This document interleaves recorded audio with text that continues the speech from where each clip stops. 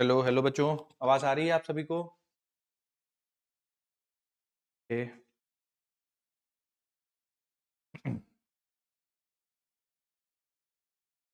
बैठ जाइए बच्चों, डिस्कशन करते हैं फिर।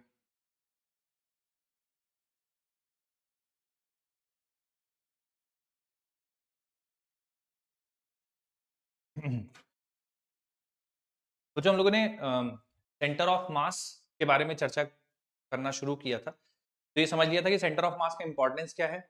और बोलिए बेटा। Good afternoon, good afternoon.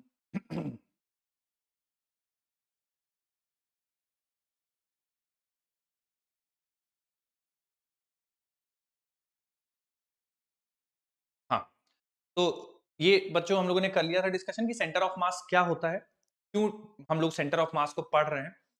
ठीक है, और फिर मल्टीपल सिस्टम्स के लिए सेंटर ऑफ मास फाइंड करने का शुरुआत की थी हम लोगों ने। तो उसमें सबसे पहले बच्चों हम लोगों ने पढ़ रहा था centre of mass of two particle system.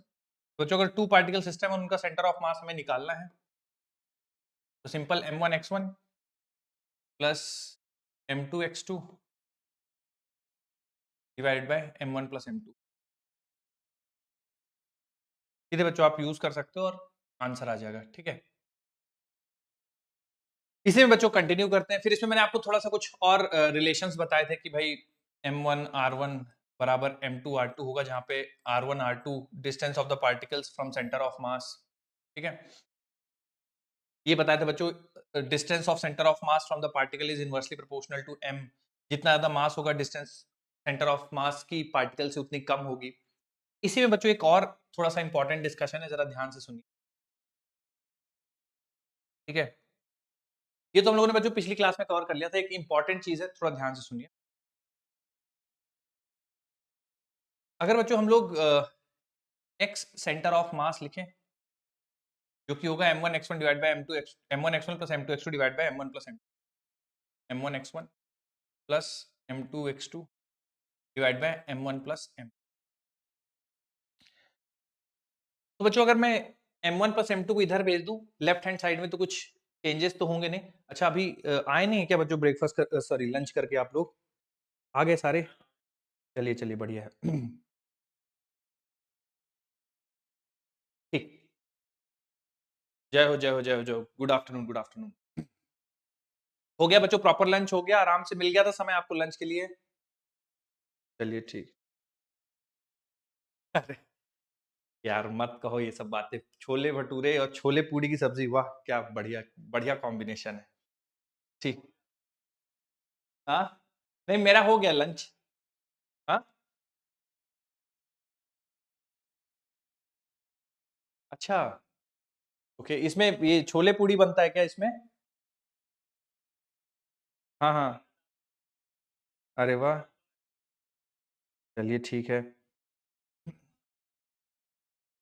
घर से दूर रहना पढ़ाई के लिए बच्चों अच्छा है। ठीक है, तो हाँ, आ जाइए बच्चों, थोड़ा सा डिस्कशन करते हैं। m1x1 plus m2x2 divide by m1 plus m2। तो बच्चों, अगर हम m1 प्लस m2 को इधर भेज दें तो देखिए क्या हो जाएगा। ये m1 प्लस m2 की जगह बच्चों mt लिख देता हूँ। mt का मतलब टोटल मास, ताकि बार बार मुझे m1 प्लस m2 ना लिखना पड़े। तो m total into xcm। m total का मतलब बच्चों m1 प्लस m2 ही है, बस थोड़ा सा बार बार लिखना पड़ेगा इसलिए अवॉइड करने के लिए। और ये बन जाएगा बच्चों m1x1 प्लस m2x2। एक काम करते हैं बच्चों, दोनों साइड डिफरेंशिएट कर देते हैं। तो अगर आप इस साइड डिफरेंशिएट करेंगे तो ये बन जाएगा m total into d of xcm। ये बराबर हो जाएगा बच्चों m1 dx1 plus m2 dx2। बच्चों, जब डिफरेंशिएट करेंगे तो मास चूंकि कांस्टेंट है बाहर आ जाएगा, यहाँ पे m2 बाहर आ जाएगा, यहाँ पे m टोटल बाहर आ जाएगा। तो इसका क्या मतलब है बच्चों? देखिए, कई सारे सवाल ऐसे आपसे पूछते हैं कि दो पार्टिकल सिस्टम है, एक पार्टिकल को लेफ्ट की तरफ कुछ शिफ्ट कर दिया, एक को राइट की तरफ शिफ्ट कर दिया, बताओ सेंटर ऑफ मास कितना शिफ्ट होगा? मैं एक एग्जांपल समझाता हूँ। सवाल में आपको ऐसे बोल देंगे बच्चों कि एक पार्टिकल है, इसका मास 2 किलो है, और दूसरा पार्टिकल बच्चों इसका मास 4 किलो है। ठीक है, इनकी बीच की दूरी कुछ मान लीजिए बच्चों डी मीटर दी है। ठीक है, तो इनका कुछ सेंटर ऑफ मास होगा बच्चों, है ना। तो सवाल में आपको बोल देगा कि मान लीजिए 4 किलो को हम लोगों ने 2 मीटर राइट की तरफ शिफ्ट किया और 2 किलो को मान लीजिए 6 मीटर लेफ्ट की तरफ शिफ्ट किया, तो बताओ सेंटर ऑफ मास कितना शिफ्ट हो जाएगा। फिर से मैं सवाल पढ़ देता हूँ। सवाल ऐसा है कि 2 किलो, हाँ हाँ बोलिए। ठीक है मैं रिपीट कर दूं।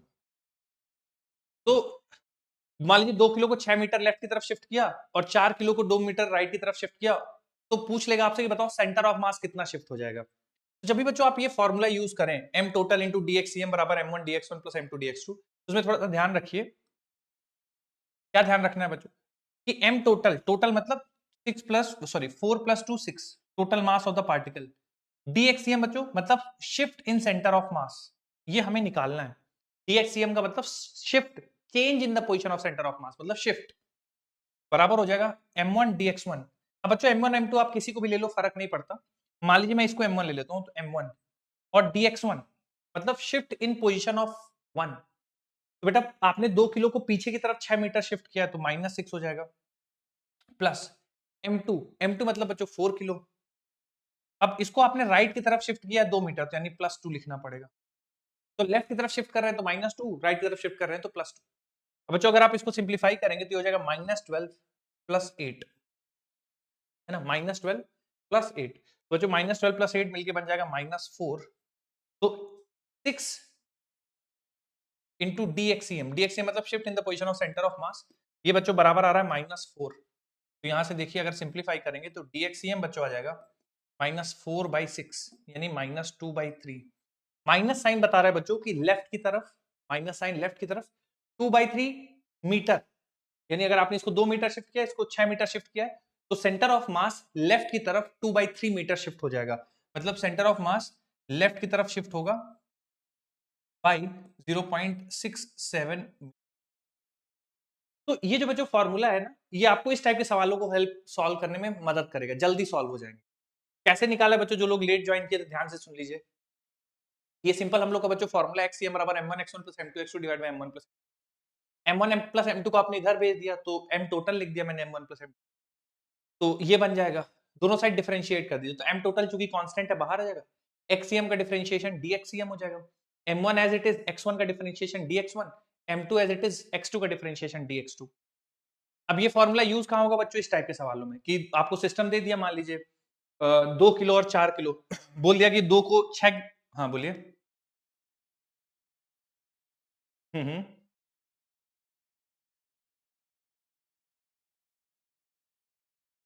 हाँ वही मैं बता रहा हूँ। तो मैं फिर सवाल आपको रिपीट कर दूं, सवाल ये है कि 2 किलो और 4 किलो जिनके बीच में दूरी डी है, अगर मैं 4 किलो को आगे की तरफ 2 मीटर शिफ्ट करूं और 2 किलो को पीछे की तरफ 6 मीटर शिफ्ट करूं, तो बताओ सेंटर ऑफ मास कितना शिफ्ट होगा, ये सवाल है। तो मैंने ये फॉर्मूला लगा दिया।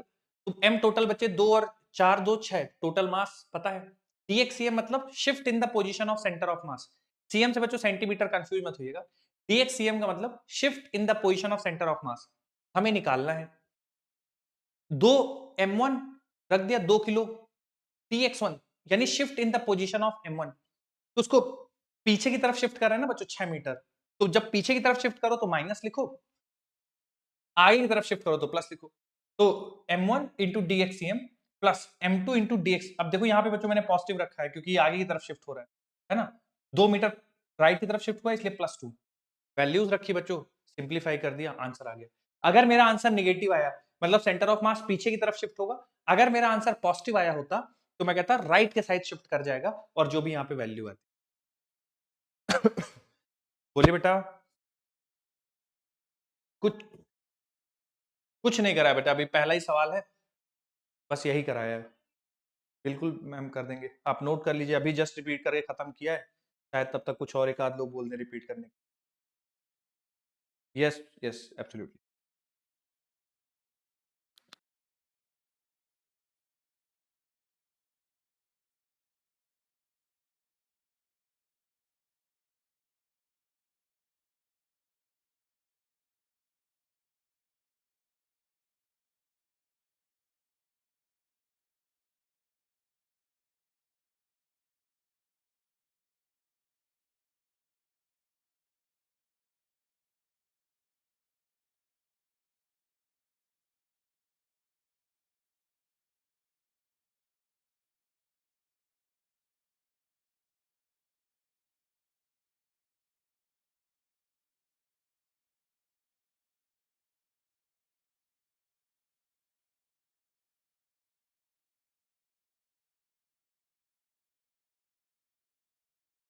हो जाए बच्चों तो बता देना, आगे बढ़ चलेंगे फिर।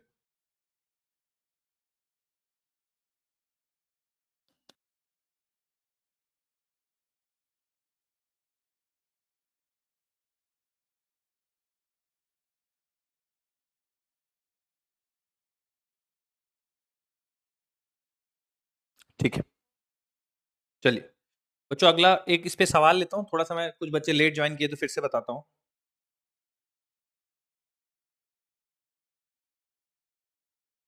देखिए इसमें किया क्या गया है कि एक्स सेंटर ऑफ मास, ये तो फॉर्मूला आप सबको पता था, m1 प्लस m2 को इधर भेज देंगे तो m टोटल क्या बेटा, नेगेटिव बता रहे हैं कि लेफ्ट की तरफ शिफ्ट हुआ है ना, -2/3 का मतलब माइनस मतलब लेफ्ट की तरफ, 2/3 अमाउंट बता रहा है कितना शिफ्ट हुआ। तो m1 प्लस m2 इधर ले जाइए तो m टोटल इंटू एक्सीएम बराबर m1। अब इसको डिफरेंशिएट कर दीजिए इस इक्वेशन, जब डिफरेंशिएट करेंगे तो m टोटल कांस्टेंट है बाहर रहेगा, एक्सीएम का डिफरेंशिएशन dxcm, x1 का डिफरेंशिएशन dx1, x2 का डिफरेंशिएशन dx2। m टोटल मतलब बच्चों 4 + 2 6 into dxcm is equal to m1 dx1। तो m1 जैसे आपने 2 किलो रख दिया, dx1 6 मीटर रख रहे हैं, लेकिन हम लोग को माइनस साइन के साथ रखना होगा। क्यों? क्योंकि पीछे की तरफ शिफ्ट कर रहे हैं। अगर आगे की तरफ शिफ्ट करेंगे तो प्लस, पीछे की तरफ शिफ्ट करेंगे तो माइनस। तो m1 और क्योंकि इसको 6 मीटर पीछे की तरफ शिफ्ट किया है तो -6, 4 किलो को आगे की तरफ 2 मीटर शिफ्ट किया है तो 4 इंटू प्लस 2। dx मतलब shift in position of centre of मास निकालना है। सिंप्लीफाई करेंगे बच्चों इस इक्वेशन को, -2/3 आएगा। माइनस साइन बता रहा है कि सेंटर ऑफ मास लेफ्ट की तरफ शिफ्ट होगा, 2/3 आपको बता रहा है कितने अमाउंट से शिफ्ट होगा, तो 0.67 मीटर शिफ्ट होगा लेफ्ट की तरफ। थोड़ा बहुत बच्चों डाउट होंगे तो एक सवाल करते हैं, तो उससे थोड़ा सा क्लैरिटी आएगी आपको कि किस टाइप के सवाल बनते हैं और कैसे सॉल्व करना है। जैसे ये देखिए बच्चों,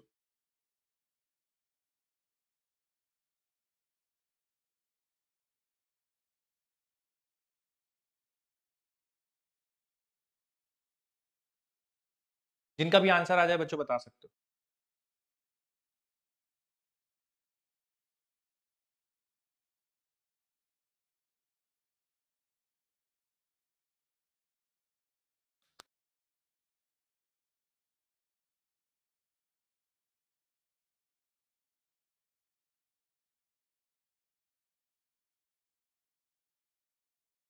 ठीक है,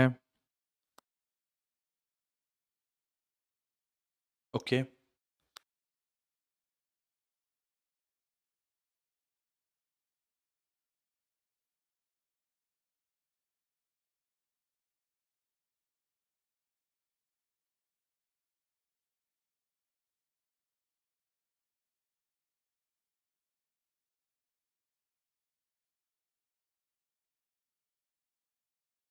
ठीक है,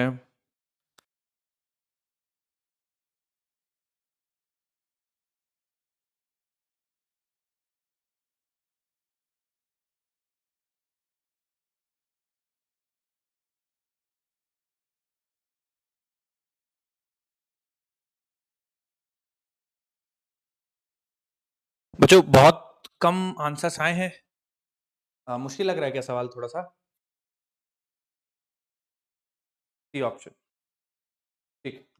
आ जाइए बच्चों थोड़ा सा डिस्कशन कर लेते हैं, काफी सारे बच्चों को होपफुली सॉल्व हो गया है। सवाल में पूछा गया है system of two particles having masses m1 and m2 the particle of mass m1 is push towards the centre of mass of particles. तो बच्चों कुछ ऐसे m1 m2 दो पार्टिकल रखे होंगे, ध्यान से देखिए बच्चों, m1 इधर और m2 इधर, सेंटर ऑफ मास मान लीजिए बच्चों यहाँ पे कहीं पे होगा। अब कह रहा है सवाल में कि the particle of mass m1 is push towards the centre of mass of particles through a distance d। इसको बच्चों d डिस्टेंस इधर पुश कर दिया गया है। By what distance the particle of mass m2 should be moved so that to keep the center of mass of particle as the original position। यानी बच्चों जो फॉर्मूला हम लोगों ने पढ़ा है m total into dxcm बराबर m1 dx1 plus m2 dx2। बच्चों देखिए इस सवाल में बोला गया कि सेंटर ऑफ मास को अपनी पोजीशन चेंज नहीं करनी चाहिए, यानी बच्चों dxcm आपका 0 हो जाएगा, ठीक है, क्योंकि इसकी पोजीशन को चेंज नहीं करना है। तो बच्चों अगर ये 0 होगा तो लेफ्ट हैंड साइड पूरा 0 हो जाएगा, m1 dx1। अच्छा dx1 बच्चों राइट के साइड आप शिफ्ट कर रहे हो तो प्लस d ले लो, m2 dx2 दूसरे को पूछा गया ना, दूसरे को कितना शिफ्ट करें, तो बेटा ये इधर आ जाएगा, तो dx2 की वैल्यू आ जाएगी dx2 बराबर -m1d डिवाइडेड बाई m2। वो जो मैग्नीट्यूड होगा m1d डिवाइड बाय m2 और लेफ्ट की तरफ शिफ्ट करना पड़ेगा, मतलब m2 को आप इधर ले आओ, तो m1 को इधर लाओगे तो m2 को इधर लाना पड़ेगा, तब हो जाएगा। तो चूंकि इसमें केवल मैग्नीट्यूड्स दे रखे हैं तो m1d divide by m2, C option सही हो जाएगा। कितने बच्चों का सही था, एक बार हाथ उठा दो बेटा। वेरी गुड, बोलिए बोलिए बोलिए। हाँ हाँ, अच्छा बेटा ये सवाल पूछा गया कि सर ये आपने डीएक्सीएम जीरो क्यों कर दिया, तो कोई किसी बच्चे को लॉजिक समझ में आ रहा है कि बेटा क्यों किया गया जीरो?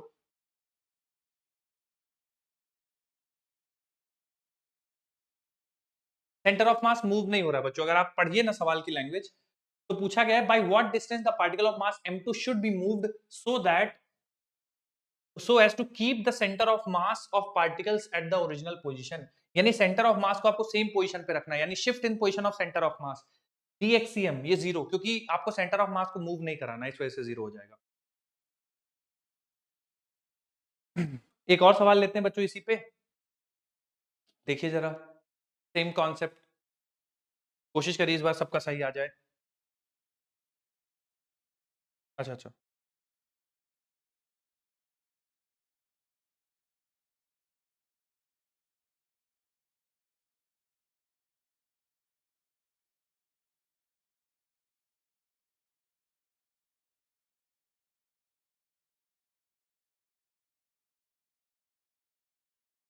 चलिए बच्चों बदल रहा हूं अब मैं, देखिए सवाल।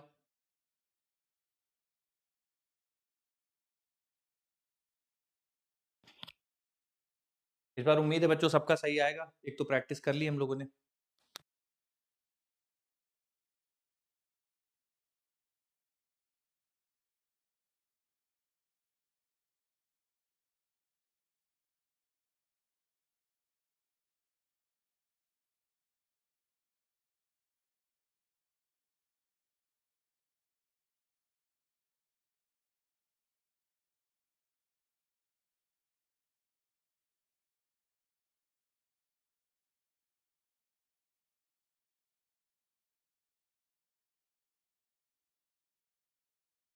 बच्चों जो ये सवाल कर लीजिए, फिर मैं दिखा पाऊंगा आपको पिछली साइड।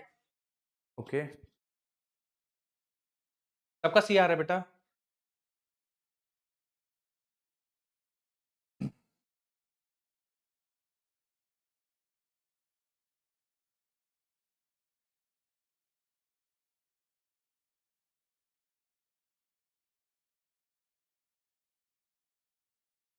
फिर से बच्चों थोड़ा सा आप लास्ट लाइन देख लीजिएगा, position of centre of mass of the system remains unchanged, तो इसका थोड़ा ध्यान रखिए, सी ऑप्शन। चलिए बच्चों मैं समझा देता हूँ, काफी ठीक।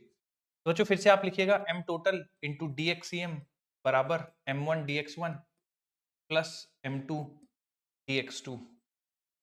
अब बच्चों इसमें देखिए तो m टोटल इंटू dxm ये जीरो हो जाएगा, क्योंकि सवाल में फिर से बोला position of the centre of mass of the system remains unchanged, यानी change in the position of centre of mass zero हो जाएगा। बेटा लेफ्ट हैंड साइड पूरा जीरो, m1 dx1। तो बच्चों 10 किलो को हम लोग मूव कर रहे हैं through a distance of 6 centimetre. देखिए सिचुएशन कुछ ऐसी है, 10 किलो और 30 किलो, एक पार्टिकल है जिसका मास 10 किलो है, एक पार्टिकल है जिसका मास 30 किलो है।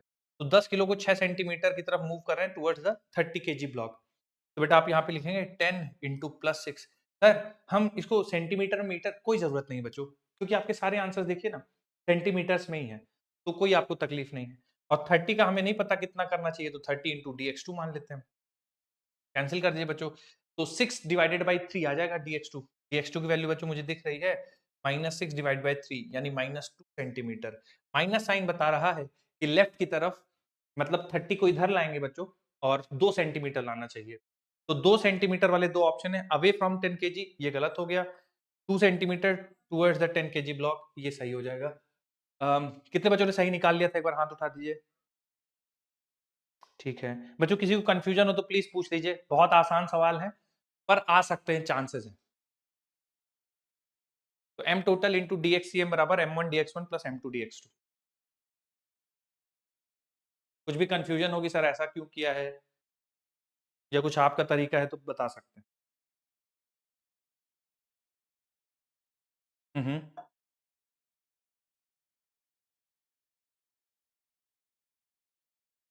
ये कैसे पता चलेगा?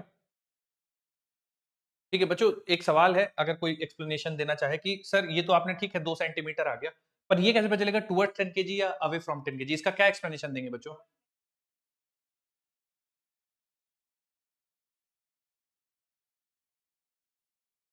हाँ, देखिए बच्चों, इसमें अगर आप नोटिस करिए तो साइन आया है बच्चों नेगेटिव। नेगेटिव साइन आपको बताता है कि लेफ्ट की तरफ शिफ्ट होना चाहिए, ठीक है? और दूसरा बच्चों, अगर थोड़ा कॉमन लॉजिक भी लगाएं तो देखिए, अगर आप 6 सेंटीमीटर इसको इधर शिफ्ट करते हैं और 30 केजी को उधर शिफ्ट कर देंगे, तो centre of mass same position पे रह ही नहीं सकता, वो उधर शिफ्ट हो जाएगा, क्योंकि पूरा सिस्टम ही उधर चला जाएगा। तो अगर एक को इधर शिफ्ट करना है तो दूसरे को इधर करना पड़ेगा, ठीक है ना? चलिए बच्चों, अगला करते हैं, देखिए।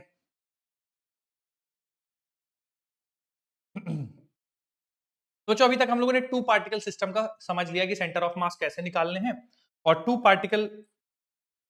पार्टिकल सिस्टम थे।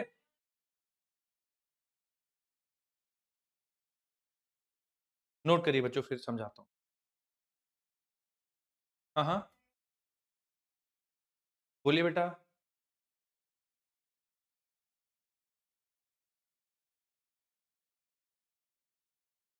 हम्म,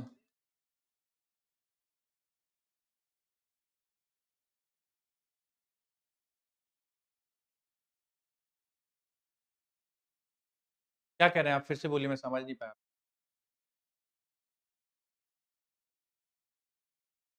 राइट राइट।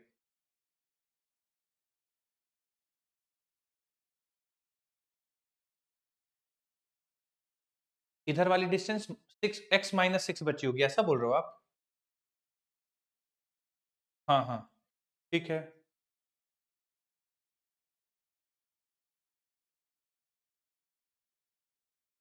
कैसे निकालोगे आप यहाँ से x?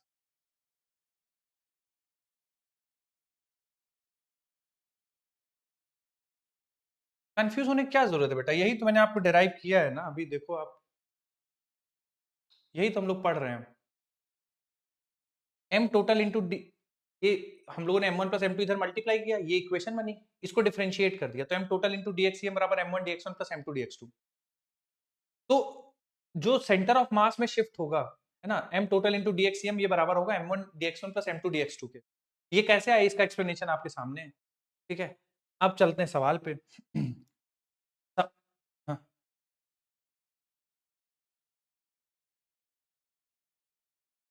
नहीं, हमें ये नहीं मानना। हम, अगर सेंटर ऑफ मास की पोजीशन चेंज नहीं हो रही तो dxcm जीरो हो गया ना। हाँ, m1 dx1 plus m2 dx2 का समेशन जीरो हो गया, ठीक है? तो आप निकाल लो, इसमें जो जो इन्फॉर्मेशन है सब्स्टिट्यूट कर दो, आ जाएगा आपका आंसर। कंफ्यूजन क्या है आपको? हाँ हाँ। अच्छा, इसको बच्चों आप कन्वेंशनल तरीके से प्लीज मत करने जाइएगा। कन्वेंशनल तरीका क्या हो गया कि आप इनके बीच की दूरी मानो, फिर ये 6 सेंटीमीटर इधर आया, फिर आप वो नया सेंटर ऑफ मास की पोजीशन निकालो, फिर उसको जीरो करो, मत करिए, बहुत लेंदी हो जाएगा, और जरूरत भी नहीं है करने की। सिंपल, आप डिफरेंशिएशन से सीधा सीधा रिजल्ट आता है, वैल्यूज रखो वहां। आइए बच्चों, अगला कॉन्सेप्ट समझाता हूं मैं थोड़ा सा आपको। अगर बच्चों, अभी तो हम लोगों ने दो पार्टिकल का रखा था, अब मान लीजिए दो से ज्यादा पार्टिकल हो, ठीक है, मोर देन टू पार्टिकल हो, तो कैसे करना है? तो मोर देन टू पार्टिकल बच्चों, और मान लीजिए पूरे प्लेन में डिस्ट्रीब्यूटेड है, तो इसमें कुछ घबराना नहीं बच्चों। जैसे हम लोग करते थे, मान लीजिए दो से ज्यादा पार्टिकल है, मान लीजिए 3 या 4 पार्टिकल है, तो हर पार्टिकल का बच्चों आपको कोऑर्डिनेट गिवन होगा, x1 y1, x2 y2, x3 y3। Sir, जरूरी थोड़ी है कि x3 y3 या x1 y1 ही हो, ऐसा भी तो हो सकता है x1 y1 z1 हो सकता है बच्चों। तो जैसे मान लीजिए मैं अभी x और y दो कोऑर्डिनेट्स मान रहा हूं, अगर z तीसरा कोऑर्डिनेट भी है तो भी कोई दिक्कत नहीं है। जैसे दो कोऑर्डिनेट है तो आप लिखोगे xcm बराबर m1 x1 plus m2 x2 plus m3 x3 so on, divide by total mass m1 plus m2 plus m3। अगर x एक्सिस और y एक्सिस में डिस्ट्रीब्यूशन है तो y1 भी, y सेंटर ऑफ मास आ जाएगा m1 y1 plus m2 y2 plus m3 y3 and so on, divide by m1 plus m2 plus. अगर बेटा z axis में भी पार्टिकल्स हैं, z कोऑर्डिनेट भी है, तो एक और टर्म लिख देंगे, zcm बराबर m1 z1 plus m2 z2 plus m3 z3 and so on, divide by m1 plus m। ठीक है, तो इसमें आपको परेशान नहीं होना। अच्छा बच्चों देखिए, इसमें मतलब है तो बहुत आसान, और मैं बताऊं आपको तो सवाल भी पूछे जाते हैं, ऐसा नहीं है कि बिल्कुल आसान है तो सवाल नहीं पूछे जाते हैं, सवाल पूछे जाते हैं। फिर बच्चों इसमें यार देखा गया कि बच्चे बहुत गड़बड़ कर देते हैं, मतलब 4 पार्टिकल 3 पार्टिकल देंगे और सेंटर ऑफ मास पूछा जाएगा, और बहुत ज्यादा चांसेस है बच्चों की आप अगले साल पेपर दोगे तो ये पूछा एक सवाल हो, लेकिन गड़बड़ होने के चांसेस ज्यादा रहते हैं। क्यों? कैलकुलेशन मिस्टेक करते हैं बच्चे। क्या करेंगे? m1 x1 x कोऑर्डिनेट निकालना है तो m1 लेंगे, इस पार्टिकल का कोऑर्डिनेट रख देंगे इसका, इस पार्टिकल का मास ले लेंगे, कोऑर्डिनेट रख देंगे इसका। ये छोटी छोटी मिस्टेक बहुत होती है बच्चों, बाकी फॉर्मूला कोई बड़ी चीज नहीं है, आप लोग आराम से कर लोगे। तो नोट कर लीजिए बच्चों, इस पे बेस्ड एक सवाल करते हैं तो थोड़ा सा आपको आइडिया लगेगा। x centre of mass, y centre of mass, note कर लीजिए।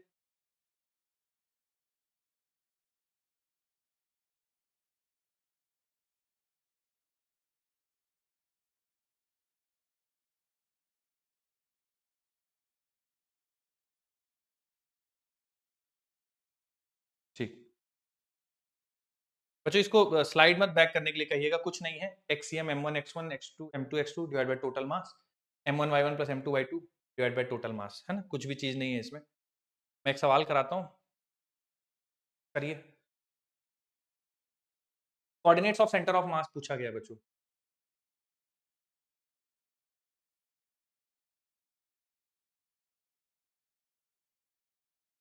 बच्चों आपको क्लैरिटी है ना, स्क्रीन से सब कुछ दिख रहा है ना आपको, क्वेश्चन क्वेश्चन ये सब,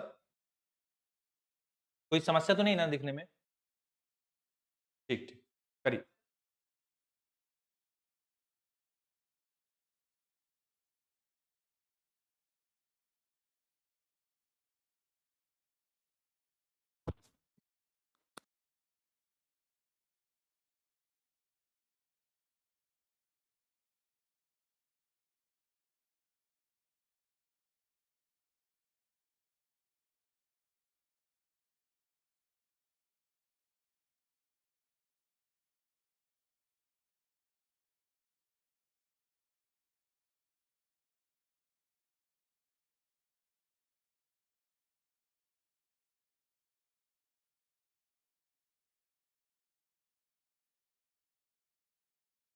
फिर से बोलिए बेटा, एक्स कोऑर्डिनेट कितना आ रहा है?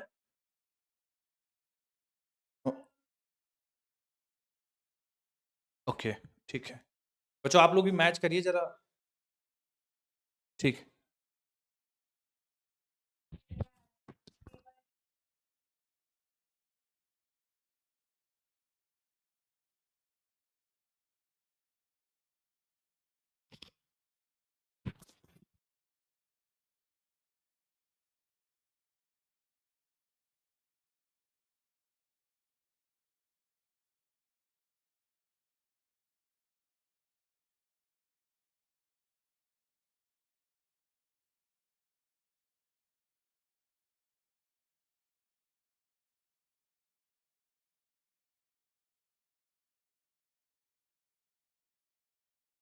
ठीक, चलिए बच्चों, हाँ, सॉल्व करते हैं।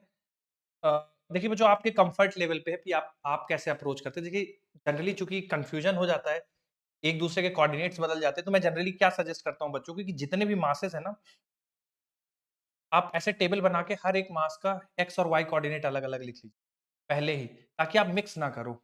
ठीक है, जैसे हमारे पास यहाँ पे 3 मासेस हैं, यहाँ पे तो तीनों के मासेस सेम है बच्चों, एम एम एम, तो आप एक्स कोऑर्डिनेट और वाई कोऑर्डिनेट सबके अलग अलग लिख लीजिए। जैसे पहला है 0,0, दूसरा है a,0 और तीसरा है a/2 a√3/2। ठीक है, आप ऐसा लिख लीजिए। अगर आप कंफर्टेबल हैं, आपका कभी गलत नहीं होता तो कोई जरूरत नहीं है, लेकिन अगर आप मिक्स करते हो, आपको थोड़ा सा लगता है कि यार मैं गड़बड़ करता हूँ, बेस्ट तरीका बच्चों ऐसा, आप टेबल बना लो। 1 मिनट में, मतलब 30 सेकंड हो सकता है आपको टेबल बनाने में लग जाए, लेकिन गारंटी है सही आएगा। अब बच्चों इसमें एक्सीएम निकालना है, तो देखिए एम टोटल आप पहले लिख लिया करिए, m1 x1 0, m2 x2 ma, और प्लस m3 x3 बच्चों तो ma/2। ठीक है, न्यूमरेटर सॉल्व करेंगे बच्चों तो न्यूमरेटर बन जाएगा 3ma/2। ठीक है, आप एलसीएम लेके बच्चों कर लो, ma प्लस ma/2, यहाँ से 3m कैंसिल हो जाएगा, पहला वाला आ जाएगा a/2। और y सेंटर ऑफ मास निकालेंगे बच्चों तो एक बार फिर से टोटल मास 3m, और m1 y1 0, m2 y2 0, और ये बच जाएगा ma√3/2, ma√3/2, तो यहाँ से कैंसिल हो जाएगा, √3 से कैंसिल करेंगे √3, तो a/2√3 ये आंसर आएगा। क्या बच्चों मैच कर रहा है आप लोग का भी यही आ रहा है? ठीक, ठीक, वेरी गुड। अब बच्चों एक चीज और सुनिए जरा, जैसे ये m मास का पार्टिकल है ना, और ये m मास का पार्टिकल है, तो बच्चा अगर मान लीजिए ऊपर वाला पार्टिकल ना होता, तो इन दो पार्टिकल का सेंटर ऑफ मास कहाँ पे होता बच्चों? इन दो का केवल, अगर ऊपर वाला पार्टिकल ना होता तो a/2 पे होता, ठीक है? तो बच्चों कभी ऐसे आपके पास, अच्छा अब अब मान लीजिए कि इन दोनों पार्टिकल का सेंटर ऑफ मास आपने यहाँ पे रख दिया 2m, तो अब ये तीसरा पार्टिकल है बच्चों, जो कि ऐसे रखे हुए हैं, ठीक है? तो बताओ बच्चों इसका जो x coordinate of centre of मास होगा, ये दो पार्टिकल ऐसे रखे हुए हैं, क्योंकि इनका सेंटर ऑफ मास यहाँ पे है, और सेंटर ऑफ मास क्या होता है? जहां पे हम उस सिस्टम के मास को मान सकते हैं कॉन्सेंट्रेटेड। तो ये m और m दो मास है, तो इन दोनों का 2m मास बच्चों हम लोग यहाँ पे मान सकते हैं, ठीक है? तो आप अब ये जो सवाल है वो 3 पार्टिकल सिस्टम से इन दोनों पार्टिकल के बीच में होगा कि 2m रखा है इधर और m रखा है इधर। तो बच्चों अगर ऐसे दो पार्टिकल रखे हैं, तो इनका x कोऑर्डिनेट किधर होगा? अगर ऐसे दो पार्टिकल रखे तो x कोऑर्डिनेट किधर होगा? बच्चों इनका x coordinate of centre of मास, मतलब सेंटर ऑफ मास यहाँ पे कहीं पे होगा, उसका x कोऑर्डिनेट बच्चों a/2 के बराबर ही होगा। मेरी बात समझ रहे हैं? तो कई बार ऐसे सवाल आए ना जहाँ पे मल्टीपल पार्टिकल सिस्टम है, तो आप ऐसा देख लिया करो कि क्या उनमें से जैसे 4 पार्टिकल हैं, जैसे 3 है या 4 है, 5 है, तो अगर 2 पार्टिकल का सेंटर ऑफ मास तुम्हें देखते ही पता चल जाए कि यार ये यहाँ पे होगा, तो उसको पहले लिख लो, फिर उसके बारे में ज़्यादा परेशान होने की ज़रूरत नहीं, वो थोड़ा-सा आपको आंसर जल्दी लाने में मदद कर देगा। जैसे ये 2 पार्टिकल है, इनका सेंटर ऑफ मास मुझे यहाँ दिख गया। मान लो मेरे पास ऑप्शन होते, तो मैं हर वो ऑप्शन हटा देता, जिनका x coordinate of centre of mass a/2 के अलावा कुछ होता, ठीक है? तो थोड़ा-सा कैलकुलेशन टाइम बचा देगा। मान लीजिए कोई ऑप्शन नहीं है, सब में a/2 मतलब एक ही ऑप्शन है जिसमें a/2, सीधे पिक करके हम लोग आगे बढ़ जाते, फिर पूरा सॉल्व नहीं करते। तो एक थोड़ा-सा आपको दिमाग में रखिएगा, हर सवाल में ऐसी सिचुएशन बनेगी ज़रूरी नहीं है, पर जिन सवालों में बनेगी, वो शायद आपको मदद कर दे, तो ध्यान रखिएगा। आ जाइए बच्चों अगले सवाल में बढ़ते हैं। बोलिए बेटा। बोलिए, बोलिए, मुझे सवाल याद है।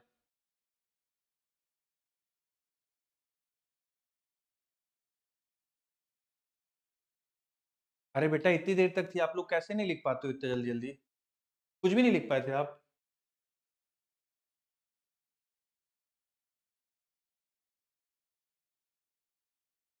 बाप रे! क्या हो गया? अच्छा नेक्स्ट क्वेश्चन हो गया। ये इस सवाल के बारे में कुछ किसी को पूछना है तो भैया पूछ लीजिए।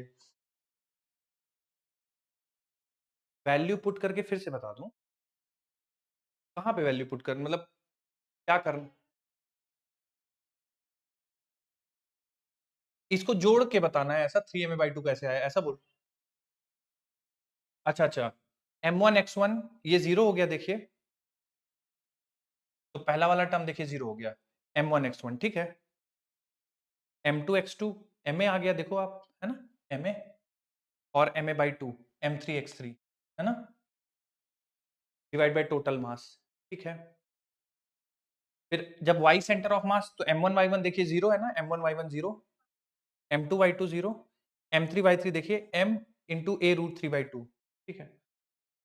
और 3m बेटा डिवाइड करेंगे, देखिए इसको मैंने थोड़ा डायरेक्ट लिख दिया है, मैं फिर से लिख देता हूँ, रूट 3/2 am आएगा और डिवाइड करेंगे 3m से, तो देखिए ये कैंसिल हो जाएगा m से, और रूट 3 से इसको कैंसिल करेंगे तो रूट 3 बचेगा ना, तो a divide by 2 root. Okay note हो गया बच्चों? ठीक, चलिए अगला सवाल देख लीजिए बच्चों।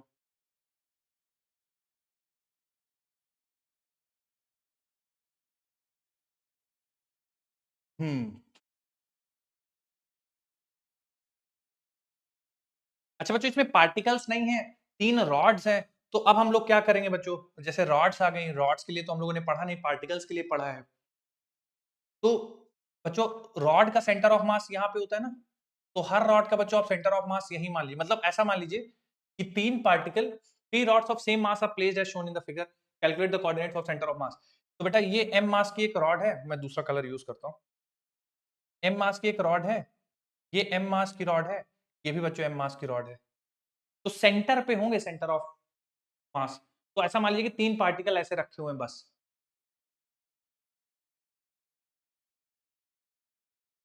ओके, दोनों a/6 आ रहे हैं।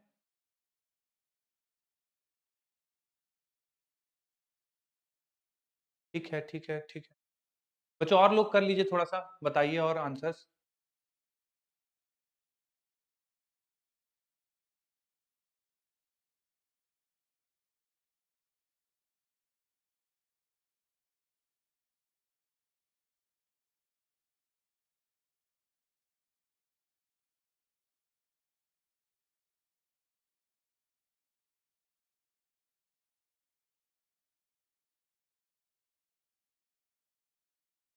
हाँ बोलिए बेटा, a अपॉन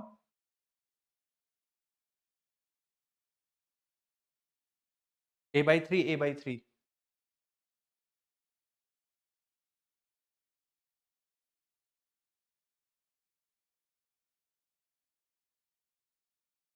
बच्चों एक चीज ध्यान रखिएगा कि ये रॉड का लेंथ a है, ये रॉड का लेंथ a है, बट बेटा इसका लेंथ a√2 होगा, तो वो सारी चीजों का आप थोड़ा ध्यान रख लीजिएगा। a/6 आ रहा है। चलिए आइए बच्चों, अब इसमें जो देखिए गलती होने के सबसे ज्यादा चांसेस है, केवल एक जगह गलती हो सकती है, ए बी रॉड के कोऑर्डिनेट्स लिखने में, सेंटर ऑफ मास, और बाकी तो गड़बड़ नहीं होगा। तो जरा ध्यान से सुनते हैं, है ना। 3 बच्चों रॉड्स हैं, आप तीनों का बना लीजिए और तीनों के एक्स और वाई कोऑर्डिनेट्स लिख लीजिए। जैसे पहली रॉड है बच्चों, मान लीजिए मैं इसके कोऑर्डिनेट्स लिखना चाहूं तो 0, a/2 लिखूंगा, एक्स कोऑर्डिनेट, वाई कोऑर्डिनेट, तो 0, a/2, और इसका मास m है। ठीक है, ये रॉड हो गई। दूसरी रॉड बच्चों लिख देंगे, फिर से मास m है, a/2 x coordinate, Y coordinate 0। अब जो तीसरी रॉड है बच्चों, चलो कोई मेरी मदद करना चाहेगा, एक्स और वाई कोऑर्डिनेट क्या क्या आएंगे और कैसे निकाला जाए। अच्छा, कैसे निकालोगे बच्चों एक्स और वाई कोऑर्डिनेट, कोई अगर बताना चाहे तो। ठीक है, जैसे बच्चों देखिए टोटल लेंथ a√2 है, ये वाली लेंथ बच्चों a√2 डिवाइडेड बाई 2, क्योंकि आधी है, और ये बेटा एंगल 45 डिग्री है। ठीक है, तो इस लेंथ का आप x कोऑर्डिनेट लेंगे, है ना, चूंकि आपको x कोऑर्डिनेट और y कोऑर्डिनेट चाहिए, तो ये वाली लेंथ चाहिए x। ठीक है बच्चों, तो a√2/2 यानी a/√2, a/√2। ठीक है बच्चों, a√2/2 को a/√2 भी लिखा जा सकता है, तो cos 45, तो ये बच्चों बन जाएगा a/√2, cos 45 की वैल्यू 1/√2 हो गई, तो ये a/2 बन जाएगा। बच्चों अगर ये लेंथ a/2 है, तो ये भी a/2 होनी पड़ेगी, तो बेटा इसका जो x कोऑर्डिनेट होगा, इसका सेंटर ऑफ मास का, वो x कोऑर्डिनेट तो बच्चों a/2 होगा। y कोऑर्डिनेट क्या होगा, a/√2 sin 45, है ना, ये लेंथ का y कंपोनेंट। बेटा sin 45 लोगे a/√2, sin 45 भी बच्चों 1/√2 होगा, तो ये भी मिलके a/2, तो x और y दोनों कोऑर्डिनेट बच्चों a/2 ही होंगे। बस यही एक क्रिटिकल पॉइंट था। अब उसके बाद एक्ससीएम निकालना है। क्या बेटा नहीं समझ में आया? अच्छा, हाँ हाँ, हम्म,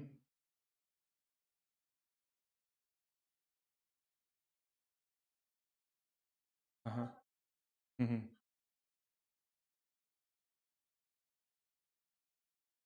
ए बाई, मतलब a√2 का क्यों नहीं लिया, ऐसे बोल रहे हो आप? देखिए बेटा, अगर आप a√2 का कॉस लेंगे ना, तो पूरी लेंथ ये आ जाएगी आपको। हमें सेंटर ऑफ मास के कोऑर्डिनेट चाहिए। ठीक है, हम्म। अच्छा, जिनको और नहीं समझ में आया सुन लीजिए, ये लेंथ बेटा a√2 होगी। अब आपको सेंटर ऑफ मास के कोऑर्डिनेट चाहिए, मतलब ये इसके पोजीशन चाहिए कि ये कहां पे होगा, कितना दूर होगा। तो दो तरीके बच्चों, देखो पूरी लेंथ a√2 है, तो आधी लेंथ a√2 का आधा होगी। तो अगर a√2 का आधा होगा, a√2 का आधा करोगे तो बेटा a/√2 आएगा। ठीक है, अब ये ये लेंथ हो गई तुम्हारा, ये वाला लेंथ a/√2 है, ये वाली लेंथ। अब इसका कॉस लोगे बेटा, तो ये लेंथ आ जाएगी। नहीं नहीं नहीं, सोचना पड़ेगा बेटा, ये a लेंथ है, ये a लेंथ है, तो ये a√2 होना पड़ेगा, पाइथागोरस। ठीक है, तो a√2 का आधा ये होगा, उसका कॉस लोगे तो बेटा इसका कोऑर्डिनेट आएगा, उसका साइन लोगे तो फिर y कोऑर्डिनेट आएगा। ठीक है, अब जैसे इसका कॉस कंपोनेंट लोगे तो आपके पास ये लेंथ आएगी, तो ये टोटल a है, तो ये वाली लेंथ कितनी आ रही है, a/2 आ रही है ये वाली लेंथ, तो ये वाली लेंथ a/2 बचेगी, यानी इसका x कोऑर्डिनेट a/2 होगा। y कोऑर्डिनेट के लिए बच्चा इसका साइन लोगे आप, तो ये लेंथ a/2 आ जाएगी, क्योंकि a/√2 sin 45, तो ये लेंथ आएगी। बच्चों समझ में आ रहा है थोड़ा बहुत x और y कोऑर्डिनेट इसका सेंटर ऑफ मास का? वही एक बच्चों ट्रिकी पॉइंट है जहां पे गलतियां हो सकती है। बाकी x सेंटर ऑफ मास निकालेंगे तो टोटल मास बेटा 3m हो जाएगा, m1 x1 0, ma/2 plus ma/2, ma/2 plus ma/2 दोनों मिलके बच्चों ma हो जाएगा और डिवाइडेड बाई 3m है। अरे बच्चों मेरा तो a/3 आ रहा है यार, आप लोग का a/6 कुछ आ रहा था क्या? देख लो जरा। अच्छा a/3 आ रहा है, ठीक। फिर टोटल बच्चों 3m, फिर ma/2, तो ये ma/2 लिख लीजिए।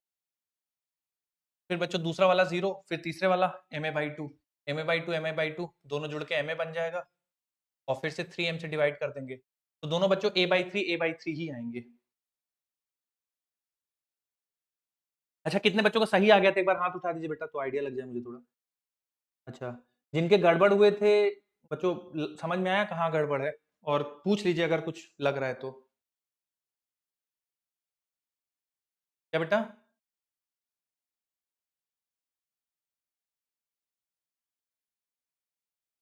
ए बी वाली लाइन के लिए डायरेक्ट कैसे कर सकते थे बेटा, बताइए।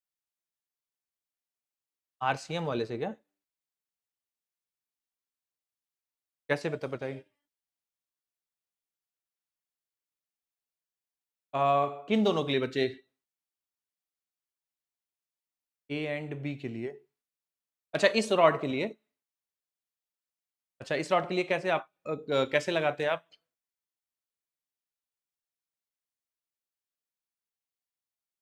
नहीं बेटा, m2 इंटू ए करके m2,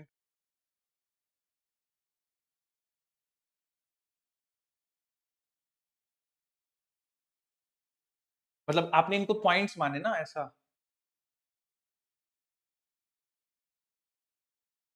हम्म।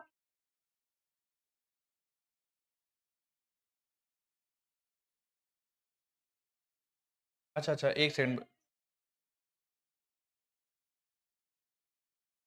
रुकिए रुकिए, मैं जितना समझ पा रहा हूँ, एक सेकंड बच्चों, मैं जितना समझ पा रहा हूँ आपने क्या माना कि एक पार्टिकल इधर रखा है, एक पार्टिकल इधर रखा है और एक पार्टिकल इधर रखा है, ऐसे कर लिया आपने? देखिए इस केस में आ रहा है सेम, बट बच्चों ये किसी भी कॉन्सेप्ट से एक्सप्लेन नहीं हो सकता बेटा, ठीक है? अगर मैं रॉड की जगह एक बस चीज, एक रॉड यहाँ पे हटा के कुछ ऐसा रख दूं, तो बेटा फिर हमारा अजम्पशन गलत हो जाएगा, ठीक है? ये मैच कर रहा है बच्चों, केवल कोइंसिडेंस है। उसका कारण मैं बताता हूँ, क्योंकि इनका सेंटर ऑफ मास यहाँ पे आ जाएगा और फिर वो मैच कर जाएगा। बट बेटा ये लॉजिक एकदम गलत है, ठीक है? कॉन्सेप्चुअली बिल्कुल गलत है हम लोग। मेरी बात समझ रहे हैं आप? तो प्लीज वो मत लगाइएगा, ठीक है? और कोई कुछ पूछना चाहता है बच्चों इसमें? क्या? हाँ हाँ, ठीक। देखिए,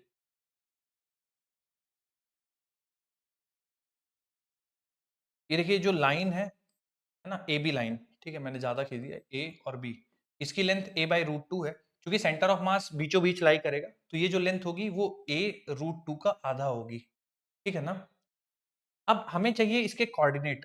कोऑर्डिनेट मतलब देखिए क्या होता है, कोऑर्डिनेट मतलब कि ये यहाँ से कितनी दूरी पे है, y एक्सिस से ये x कोऑर्डिनेट देगा और x एक्सिस से कितनी दूरी पे है, ये y कोऑर्डिनेट देगा, ठीक है? अब ये एंगल बेटा 45 डिग्री है। सर आपको कैसे पता 45 डिग्री? ये 90 है और ये दोनों साइड बराबर हैं, तो 45 होगा, ठीक है? अब 45 है तो देखिए y निकालना है, तो आप sin 45 यूज कर लीजिए। sin थीटा बराबर ऑपोजिट अपॉन हाइपोटेनस, तो ये हाइपोटेनस देखिए a/√2, यहाँ से आपको y कोऑर्डिनेट आ जाएगी, y की वैल्यू, ठीक है? अब आप अगर x निकालना चाहते हो तो दो तरीके हैं, आप या तो इसी ट्रायंगल से निकाल दो, या आप ये बोलो कि ये 45 है तो ये भी 45 होगा, और ये बेटा ये लेंथ तुम्हारा a/2 है, ठीक है? ये लेंथ a/2, सॉरी ये तो हमें निकालना है ना x, ये लेंथ आपको निकालनी है x वाली, तो बेटा देखिए ये a√2/2 ये है, तो ये भी a√2/2 हो, तो आप इसमें cos 45 लगा दो, है ना? तो cos 45 बराबर बेस अपॉन हाइपोटेनस, ठीक है? तो यहाँ से आपका x आ जाएगा, यहाँ से y आ जाएगा, यहाँ से x आ जाएगा, ठीक है? हम्म। बोलिए बेटा।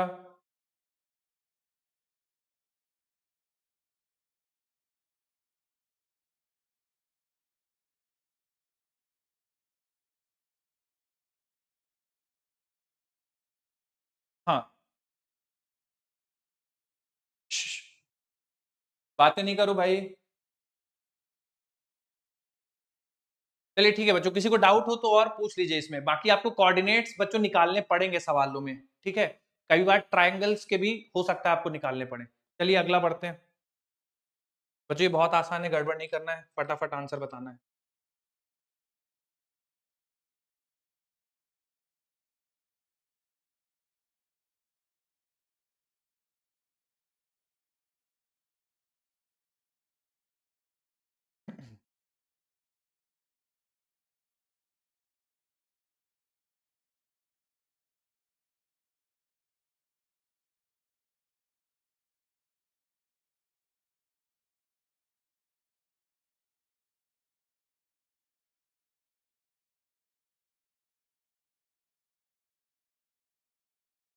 क्या रहा है आंसर?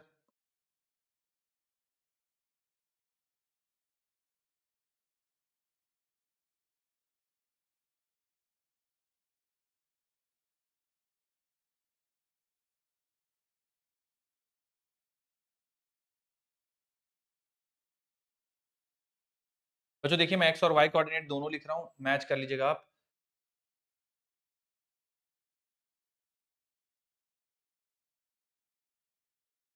16/15 बच्चों एक्स कोऑर्डिनेट आएगा, ठीक है। वाई कोऑर्डिनेट देख लीजिए, 8 दूनी 16, 16 4 20। 4/3 बच्चों वाई कोऑर्डिनेट आएगा, ठीक है। कितने बच्चों का आ गया था सही? हाथ उठा दीजिए बेटा जल्दी से। ठीक है, ये 2 पार्टिकल सिस्टम है बच्चों, सिंपल करना है आपको, कोई नया तरीका कुछ नहीं है। M1 x1 plus M2 x2 plus M3 x3। बोलिए बेटा। अच्छा ओके, तो M1 x1 plus M2 x2 plus M3 x3 divide by total mass, M1 y1 plus M2 y2 plus M3 y3 divide by total mass. बस इतना ही लिखना है बच्चों हर बार। हाँ, और कोऑर्डिनेट्स लिखना बच्चों आना चाहिए। इधर जाते हो तो x बनता है, इधर जाते हैं तो y बनता है। अगला सवाल देखिए। नोट करिए।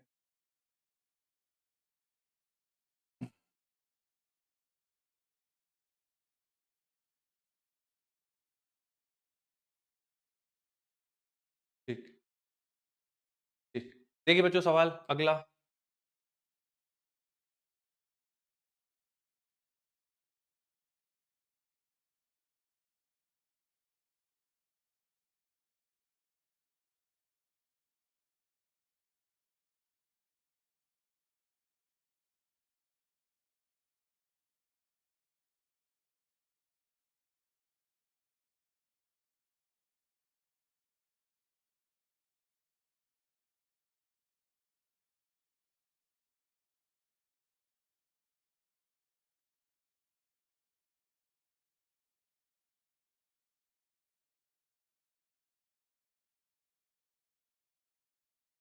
बच्चों जो भी कोऑर्डिनेट्स हैं x और y।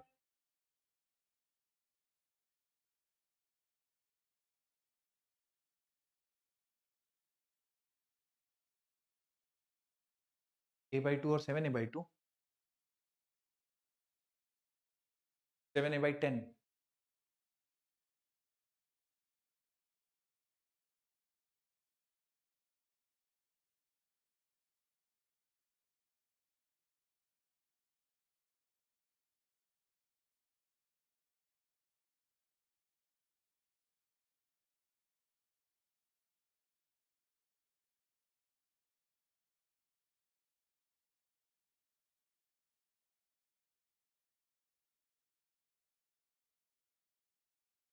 ठीक बच्चों देखिए, मैं सारे पार्टिकल्स के लिए लिख दे रहा हूँ एक्स और वाई कोऑर्डिनेट, और आपको किसी में कुछ कंफ्यूजन हो तो आप पूछ सकते हैं।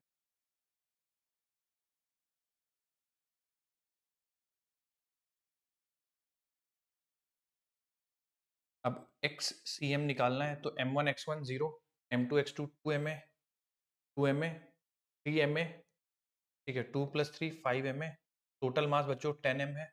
आंसर आ जाएगा a/2। मैच कर लो बच्चों, मैच हो रहा है एक्स सी एम। ठीक, YCM देख लो बच्चों, टोटल मास एक बार 10m फिर से आएगा, M1Y1 0, M2Y2 0, M3Y3 3ma plus 4ma, 3ma plus 4ma 7ma आ जाएगा, m से m कैंसिल हो जाएगा, 7a/10 आ रहा है बच्चों, एक्स वाई कोऑर्डिनेट दोनों सेम, सेंटर ऑफ मास का। ठीक, कितने बच्चों का इस बार आ गया था, एक बार हाथ उठा दो बेटा। ठीक, गुड। ये मुश्किल तो नहीं है ना, टॉपिक आएंगे सवाल तो कर लोगे ना इस पे। और सेंटर ऑफ मास कैलकुलेशन आएगा बच्चों, अब 2 पार्टिकल का आएगा 3 पार्टिकल का आएगा वो पता नहीं, बट आएंगे सवाल।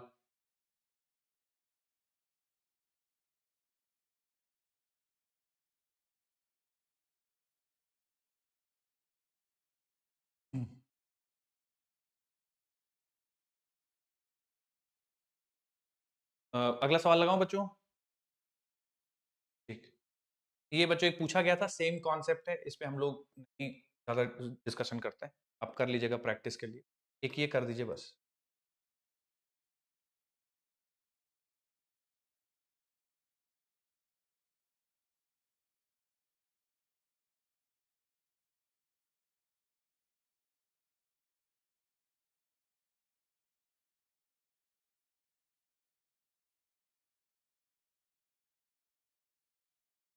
हाँ,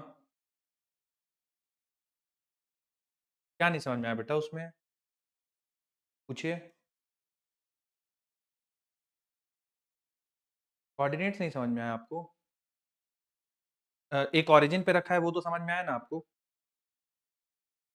और कौन सा वाला नहीं समझ में आया आप बोलिए, M2 M3 M4 M कौन सा नहीं है?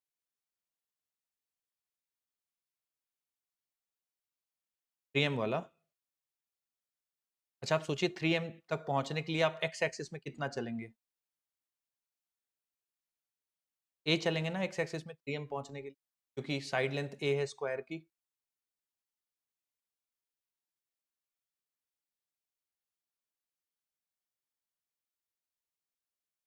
ये ऑप्शन आ रहा है। ओके,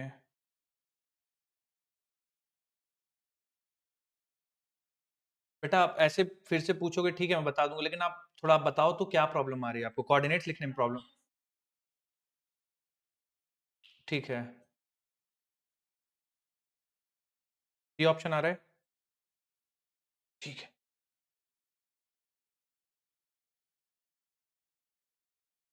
हाँ मैं बैठ के देखता हूँ कि तुम लोग कर क्या रहे हो, कौन कौन कर रहा है, कौन बस बैठ के टाइम टाइम पास कर रहा है। हाँ, आ जाइए बच्चों। तो एक बार फिर से यार देखो, सवाल में पूछा गया पोजीशन वेक्टर और centre of mass, 2 dimensional mass distribution है, हर एक पार्टिकल का बच्चों आपको कोऑर्डिनेट लिखना है।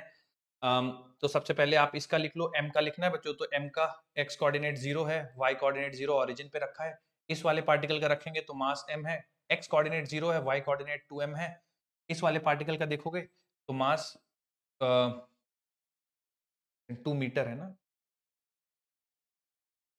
2 मीटर, और इस वाले का देखोगे बच्चों तो x कोऑर्डिनेट 2 मीटर है, y कोऑर्डिनेट 0 है। अब x सेंटर ऑफ मास निकालना है, तो टोटल मास बच्चों 3m है, ठीक है। अब देखो m1 x1 0, m2 x2 0, ये बच्चों बन जाएगा 2m, ठीक है। तो 2/3 x कोऑर्डिनेट आ जाएगा, y कोऑर्डिनेट निकालेंगे बच्चों तो 3m टोटल मास है, और m1 y1 0, 2m, जो 2/3 2/3 ही आ रहा है, तो सी ऑप्शन आ जाएगा 2/3। आया है सबको? ठीक है, अब बच्चों देखिए यार, मैं बता रहा हूँ ये सवाल बहुत फ्रीक्वेंटली पूछे जाते हैं, और आना चाहिए बच्चों आपको, है ना, with in a minute solve करना। इसमें कोई पूछ रहा था कि कोऑर्डिनेट कैसे लिखें, देखिए बेटा 0,0 a,0, ठीक है, क्योंकि a जाना पड़ेगा ना 2m पहुंचने के लिए x एक्सिस में, इस 3m तक पहुंचने के लिए आपको a इधर जाना है और a ही इधर जाना है, तो a, ठीक है। और इसके लिए 0 है, आपको ऊपर जाना है तो x एक्सिस में कुछ नहीं जाना है, y एक्सिस में इतना जाना है। तो पूछ लीजिए बेटा, आपको जिन्होंने मुझसे पूछा था, बताइए आपको क्या समस्या है, जो जहां पे भी समस्या होगा फिर सारा एज इट इज रख देना है बेटा, मल्टीप्लाई करना है, आंसर नहीं। हम्म,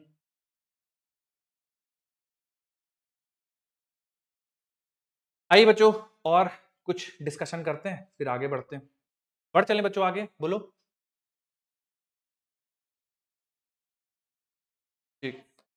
देखिए अगली हेडिंग डालिए बच्चों, centre of mass of continuous mass, centre of मास या सीओएम लिख लीजिए, ऑफ कंटिन्यूअस मास।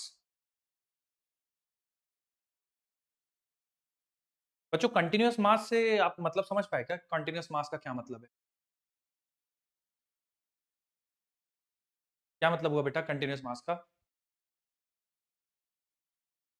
मास पूरी बॉडी में डिस्ट्रीब्यूट।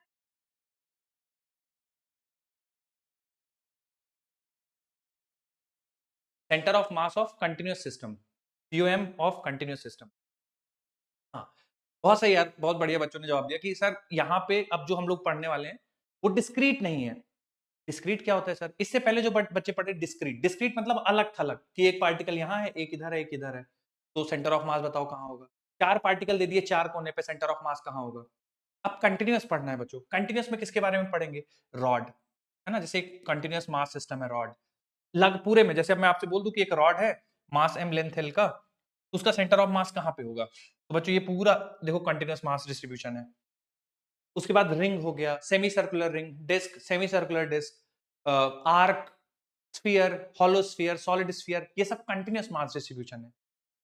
तो डिस्क्रीट पढ़ने के बाद बच्चों आप कंटिन्यूअस पढ़ना है, तो थोड़ा सा मैं आपको इसमें थ्योरी पढ़ाऊंगा, फिर हम एक कुछ एग्जांपल करेंगे।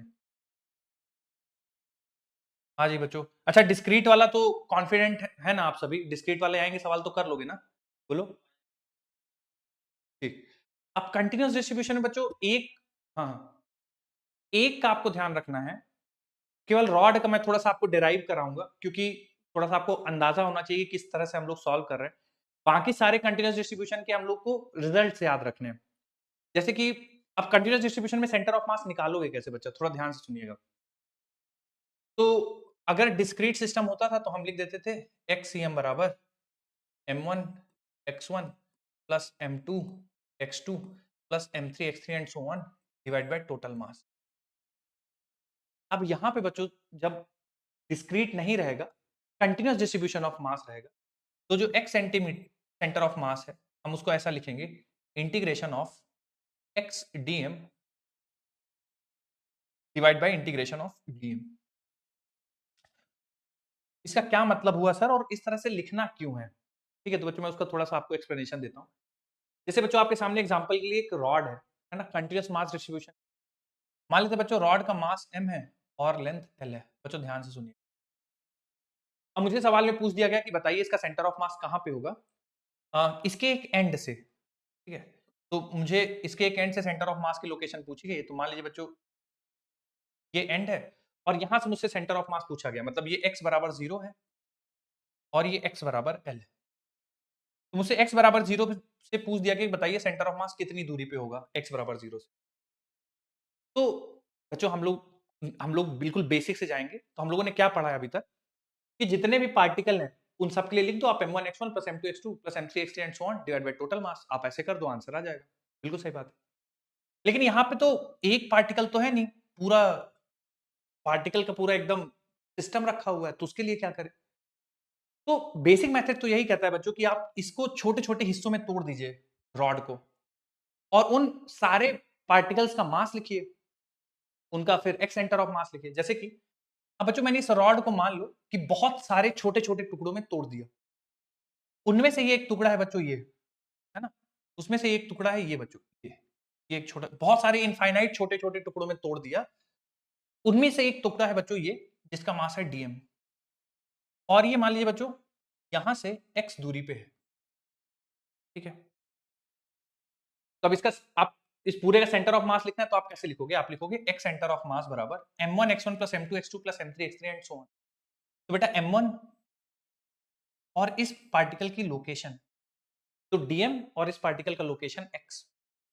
अब इसी तरह के बच्चों अगर इनफाइनाइट छोटे छोटे पार्टिकल हैं तो मैं क्या लिखता, जैसे अभी ये पहला पार्टिकल है, इसी तरह दूसरा पार्टिकल लिख देता कि dm2 और उसका लोकेशन मान लीजिए बच्चों x2 होता, और ऐसे ही जितने पार्टिकल है सबका लिखता, डिवाइडेड बाई टोटल मास कर देता, मेरा आंसर आ जाता। लेकिन बच्चों देखो समस्या ये है कि जैसे मान लो कोई कहेगा कि सर ये अगर 10 सेंटीमीटर रॉड लंबी है तो मैं एक एक सेंटीमीटर के टुकड़े ले लूंगा। कोई कहेगा सर कि 10 सेंटीमीटर है मैं 1 मिलीमीटर के टुकड़े ले लूंगा।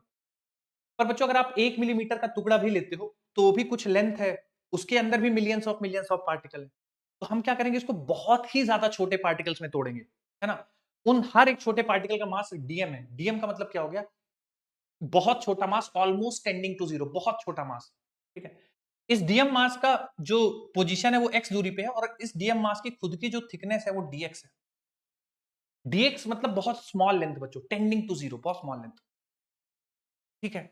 अब चूंकि आप बच्चों ऊपर जोड़ रहे हो m1 x1 plus m2 x2 plus m3 x3, तो यहाँ पे भी dm इंटू एक्स जोड़ना, जोड़ने के लिए बच्चों जब बहुत स्मॉल एलिमेंट्स लिए जाए और उनको जोड़ा जाए, तो उसके लिए बच्चों आप इंटीग्रेशन का इस्तेमाल करें। तो ये जो चीज लिखी हुई है उसको रिप्रेजेंट कर रहा है कंटिन्यूअस बॉडी में x dm divide by total mass, ठीक है। टोटल मास बच्चों क्या होगा, dm, और जितने भी इस टाइप के छोटे छोटे डीएम है सबको जोड़ दो तो पूरे रॉड का मास बन जाएगा। तो इंटीग्रेशन ऑफ डी, तो एक सेंटर ऑफ मास बच्चों ये बनेगा, ठीक है। अगली लाइन लिखते हैं बच्चों, ध्यान से देखिएगा। इंटीग्रेशन ऑफ डीएम का मतलब total mass of this rod. इस केस में बच्चों total mass of the rod m के बराबर है। ऊपर आ जाइए बच्चों, x dm, जरा ध्यान से देखिएगा बच्चों, इंटीग्रेशन पॉसिबल नहीं है यहां पे। क्यों बेटा, ये m है और ये x है, इंटीग्रेट हो ही नहीं पाएगा। या तो आप इसको x के टर्म्स में लिख दो या इसको m के टर्म्स में लिख दो, तभी पॉसिबल हो पाएगा इंटीग्रेट। तो एक काम करते हैं बच्चों, dm को dx के टर्म्स में लिखते हैं। कैसे लिखेंगे जरा ध्यान से देखिए। मास पर यूनिट लेंथ बच्चों m/l होगा, linear mass density is absolutely. बच्चों l लेंथ है और मास m है, तो यूनिट लेंथ यानी 1 मीटर लेंथ का जो मास होगा वो m/l होगा। तो हमें dm चाहिए, dm का लेंथ कितना है बच्चों, dx। तो अगर हम इसमें dx से मल्टीप्लाई कर दें तो ये हमारे पास dm दे देगा। बच्चों क्लियर हुआ है क्या ये चीज? बताना पड़ेगा बच्चों, क्योंकि ये मैं एक्चुअली आपको पहले एक बार बता चुका हूं, तो मुझे ऐसा लग रहा है कि समझ में आ गया होगा। तो ये dm की जगह बच्चों मैं m/l dx लिख देता हूं, ठीक है। तो m/l dx। अब इसमें जो जो कांस्टेंट है बच्चों वो इंटीग्रेशन के बाहर आ जाएगा। जैसे m कांस्टेंट है, l कांस्टेंट है, तो इंटीग्रेशन के बाहर कर दो। तो m/l कांस्टेंट है, इंटीग्रेशन के बाहर आ जाएगा, और 1/m पहले से रखा हुआ है तो एज इट इज रख दो। इंटीग्रेशन के अंदर बचेगा बच्चों x dx। लिमिट्स जाएंगी 0 से लेकर l तक, क्योंकि x बच्चों चेंज होगा, 0 से लेकर l तक सारी चीजों को कवर करना चाहिए ना, 0 से लेकर l तक। जब आप इसको इंटीग्रेट करेंगे बच्चों तो m से m कैंसिल हो जाएगा, 1/l as it is. x dx का इंटीग्रेशन बच्चों x² 2 आ जाएगा, और लिमिट्स आ जाएंगी 0 से लेकर l तक बच्चों, 1/l और 1/l, और इसमें upper limit minus lower limit रखेंगे तो बच्चों l² 2 बचेगा। अपर लिमिट रखने के बाद l से l कैंसिल कर दो, आ जाएगा l/2। ये x coordinate of centre of मास होगा बच्चों, मतलब यहां से l/2 दूरी पे रॉड का सेंटर ऑफ मास। नोट कर लीजिए, और कुछ पूछना चाहते हैं, टेक्निकल डाउट है कि सर ये कैसे हो गया, इसको ऐसे भी कर सकते हैं क्या, जो भी आपके दिमाग में थॉट्स चल रहे हो आप पूछ लीजिए बच्चों बेझिझक।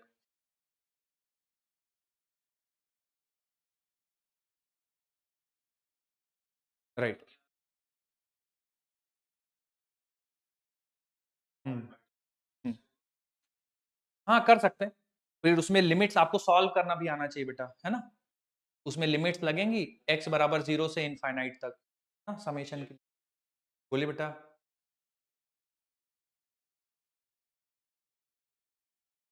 कुछ आप ऐसा बताएंगे, कुछ अंदाजा देंगे क्या, मतलब क्या लग रहा है आपको, क्यों नहीं, कौन सा पार्ट नहीं समझ में आया, कौन सी लाइन नहीं समझ में आई आपको कि ये क्यों कर दिया आपने, क्या नहीं आया समझ में आपको? m/l नहीं समझ में आया। देखिए, जैसे मान लो मैं आपको बोलूं कि ऐसा समझो आप कि एक रॉड का मास है 10 मीटर और उसका वेट है 10 किलो, और मैं आपसे बताऊं, पूछूं कि बेटा ये 10 मीटर रॉड का मास 10 किलो है, आप बताओ मुझे 2 मीटर रॉड का मास कितना होगा, तो क्या आंसर करोगे आप? 2 किलो, राइट। अब आप कैसे निकाल पाए बेटा 2 किलो? आपने निकाला कि भाई 1 मीटर में कितना रॉड, कितना मास आएगा, हाँ 10 kg/10 मीटर करा, तो ये मास डेंसिटी आ गई कि 1 मीटर में कितना मास आएगा। फिर आपने उसमें जितना आपको मास चाहिए, जितने लेंथ का मास चाहिए था उससे मल्टीप्लाई कर दिया, 10/10 × 2, है ना। और एग्जांपल लेना चाहो, मान लो बेटा कैसे हैं, आपके पास टोटल 100 रुपए की मान लो आपको 10 चॉकलेट्स आते हैं, 10 चॉकलेट्स, ठीक है, यूनिटरी मेथड। अब मैं तुमसे पूछ दूं बेटा 5 चॉकलेट की कॉस्ट बता दो, है ना, तो आप क्या बोलोगे सर 100 रुपए में 10 आ रहे हैं, मतलब एक चॉकलेट का कॉस्ट 10 रुपए है, 50 रुपए। तो आप एक चॉकलेट का पैसा निकाल के जितने का चाहिए उससे मल्टीप्लाई कर रहे हो। वही चीज बच्चों यहाँ पे भी की गई है, पूरी रॉड को लेंथ से डिवाइड करके मास पर यूनिट लेंथ निकाल रहे हैं, और चूंकि हमें डीएक्स लेंथ के पार्टिकल का मास चाहिए तो उसमें डीएक्स से मल्टीप्लाई कर दे रहे हैं, ठीक है।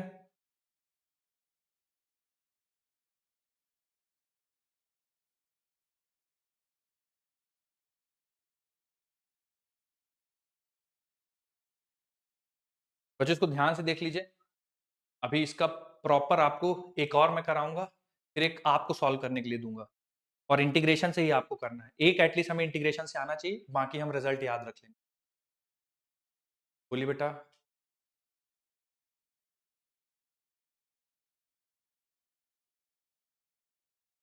रख लो बेटा, आप जैसे आप डीएम की वैल्यू रखना चाहते हो, है ना, आप रख लो m by L into D x, ठीक है।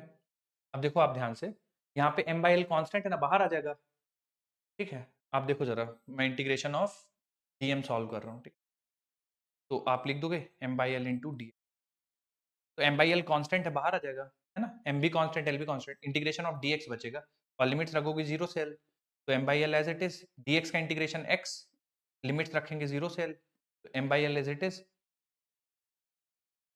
वो कैंसिल हो जाएगा। तो इस सवाल में हो रहा है, लेकिन अगला सवाल जो लूंगा उसमें फिर आपको थोड़ा सा मतलब दिक्कत आएगी। मैं खैर अभी एक एक एग्जांपल आपको और सॉल्व कराऊंगा। बच्चों देखिए, आप अगर पूछेंगे ना तो मैं आपको बेहतर बता पाऊंगा, क्योंकि ये इंटीग्रेशन तो है बेसिक सा, लेकिन कुछ बच्चों को शायद तकलीफ हो रही हो, तो आपको जो भी तकलीफ है आप मुझसे डिस्कशन करिए, मैं कोशिश करूंगा आंसर करने की, कि सर ये क्यों करा, ऐसे भी कर सकते हैं क्या, जो भी आपके दिमाग में थॉट चल रहे हैं। डन है, सबका डन है बच्चों, लिखिए लिखिए। ठीक, मैं एक सवाल लिख देता हूँ बच्चों, जिनका हो गया वो अटेम्प्ट करिए, चलिए, जिनका हो गया है वो अटेम्प्ट करिए। सवाल ये है कि एक रॉड है, इसका लेंथ एल बच्चों दिया हुआ है, इसका जो मास डेंसिटी है बच्चों वो चेंज हो रहा है 2x, ऐसे चेंज हो रहा है इसका मास, किलोग्राम पर मीटर, मास पर यूनिट लेंथ बच्चों इस तरह से चेंज हो रही है, कांस्टेंट नहीं है। तो बताइए इसका सेंटर ऑफ मास कहां पे होगा।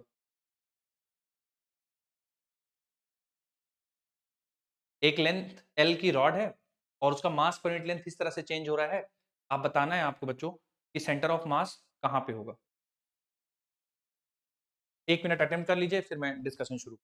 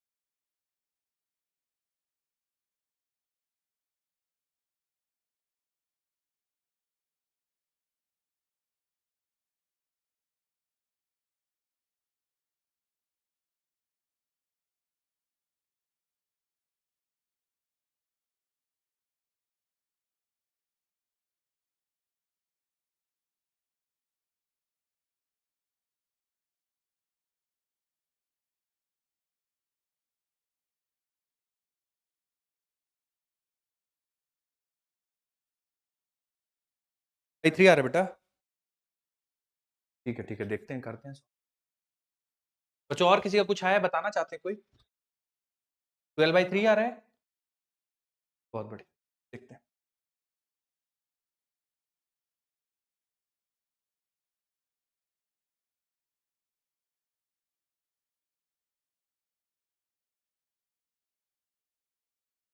बच्चों एक देखिए, जो लोग थोड़ा सा कंफ्यूज हो रहे हैं या सॉल्व करने में तकलीफ हो रही है, एक सेकंड देख लीजिए। बच्चों देखिए एल लेंथ की रॉड है, ठीक है, और इसका जो मास पर यूनिट लेंथ है वो कांस्टेंट नहीं है बच्चों, यानी यूनिफॉर्म रॉड नहीं है ये, क्योंकि जैसे जैसे आप x की वैल्यू बढ़ाते जाएंगे, और x बच्चों चेंज हो रही है यहाँ से, ठीक है, यानी x बराबर 0 है ये, और यहाँ से बच्चों जैसे जैसे आप दूर जाते जाएंगे डेंसिटी, मास डेंसिटी बढ़ती जाएगी, ठीक है। आइए बच्चों लिखिए x centre of mass. Sir ने फॉर्मूला बताया x dm divide by integration of, चलिए बच्चों लिखते हैं। अब आपने मान लीजिए बच्चों यहाँ से x दूरी पे, डायमेंशनली गलत हो जाएगा बेटा, L स्क्वायर अपॉन 2। यहाँ पे देखिए बच्चों, आपने x दूरी पे एक एलिमेंट लिया dx लेंथ का, ठीक है, ध्यान से देखिए, ये dm बच्चों, ये जो एलिमेंट लिया इसकी लेंथ dx है, ठीक है। समझना पड़ेगा बच्चों, ध्यान से देखिए, और कहीं भी आपको लगेगी सर ये क्यों किया, बिल्कुल बेझिझक पूछिए, कोई दिक्कत नहीं है। x dm बच्चों, x होता है जो पार्टिकल लिया उसकी पोजीशन, तो यहां से x दूरी पे है तो उस पार्टिकल की पोजीशन x हो गई। dm मतलब उस पार्टिकल का मास। अब देखिए बच्चों, 1 मीटर लेते हैं तो दो x किलोग्राम आता है, तो बेटा dx डी dm क्या है बच्चों, इस पार्टिकल का मास है, और इस पार्टिकल की लेंथ है बच्चों dx, तो जो मास होगा इस पार्टिकल का वो हो जाएगा mass per unit length into length of the particle, ठीक है। तो dm की जगह बच्चों लैम्डा dx आएगा, तो यहां बच्चों यहाँ x इंटू लैम्डा, तो dm बच्चों आपका लैम्डा dx आएगा, तो लैम्डा की वैल्यू 2x है, रख दी, और dx divide by integration of dm, तो dm है बच्चा आपका लैम्डा इंटू dx, ठीक है। अब लैम्डा की वैल्यू, क्योंकि इंटीग्रेशन ऑफ dm करेंगे बच्चों तो dm आएगा लैम्डा इंटू dx, लैम्डा की वैल्यू मैं अगले स्टेप में रख दूंगा 2x, जो कांस्टेंट है बच्चों बाहर निकाल लीजिए, तो x 2 कांस्टेंट है बाहर आ जाएगा, विद इन इंटीग्रेशन बनेगा x square dx divided bye, यहाँ पे बच्चों लैम्डा की वैल्यू है 2x dx, लिमिट्स बच्चों दोनों में जाएंगे 0 से लेकर l तक, 0 से लेकर l तक, तो 2 x स्क्वायर dx का इंटीग्रेशन आ जाएगा बच्चों x क्यूब बाई 3, लिमिट्स जाएंगे 0 से लेकर l, डिवाइडेड बाई, यहाँ से 2 बच्चों बाहर आ जाएगा, x dx का इंटीग्रेशन आ जाएगा x स्क्वायर बाई 2, लिमिट्स जाएंगे 0 से लेकर l तक, 2 से 2 कैंसिल हो जाएगा, अपर लिमिट रख देंगे l cube by 3, lower limit रखेंगे तो बच्चों 0 बचेगा, तो l cube by 3 minus 0, lower limit रख देंगे बच्चों तो l स्क्वायर बाई 2 हो जाएगा, यहाँ से देखिए l स्क्वायर से ये कैंसिल हो जाएगा, 2 ऊपर चला जाएगा बेटा, तो 2l बाई 3 आ जाएगा। किसी बच्चे ने सही बताया था कि बेटा 2l by 3, good good good, बहुत बढ़िया, वेरी गुड। अब बच्चों पूछ लीजिए आपको कि सर आपने ऐसा क्यों किया, या ऐसा भी कर सकते थे क्या, जो भी आपके दिमाग में डाउट्स हो बच्चों, है ना।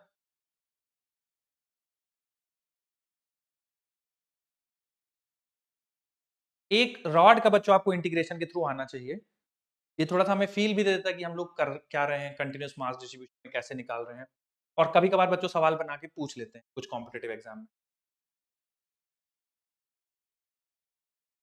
नोट कर लीजिएगा तो बच्चों बताइएगा, एक और दूंगा प्रैक्टिस के लिए।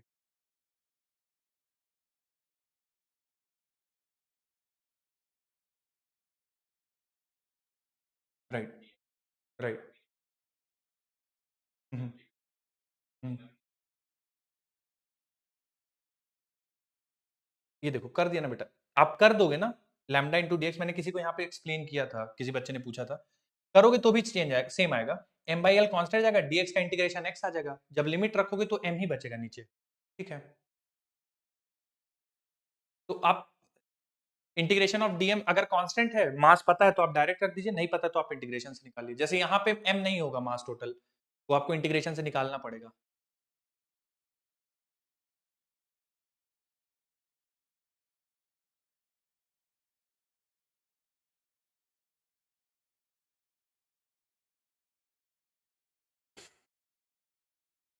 बच्चों बताना जब रेडी हो, तो फिर मैं सवाल है हमारे पास एक, देखिए लिखिए लिखिए लिखिए। अच्छा बच्चों चलिए तब तक डिस्कशन कर लेते हैं आप लोगों के साथ। बच्चों सेंटर ऑफ मास और सेंटर ऑफ ग्रेविटी क्या लगता है आपको, अलग अलग होते हैं, सेम होते हैं, मतलब या अंतर है तो क्या अंतर है, या सिमिलैरिटी है तो क्यों सिमिलर हैं, क्या लगता है आपको, जो भी बताना चाहे। होते तो अलग हैं, ठीक है ठीक, कुछ कुछ अंतर पता हो अगर आपको तरह से अलग। ठीक है, ये भी चलिए ठीक है कि अलग अलग होते हैं, दो टर्म्स हैं, gravity, centre of gravity, centre of मास।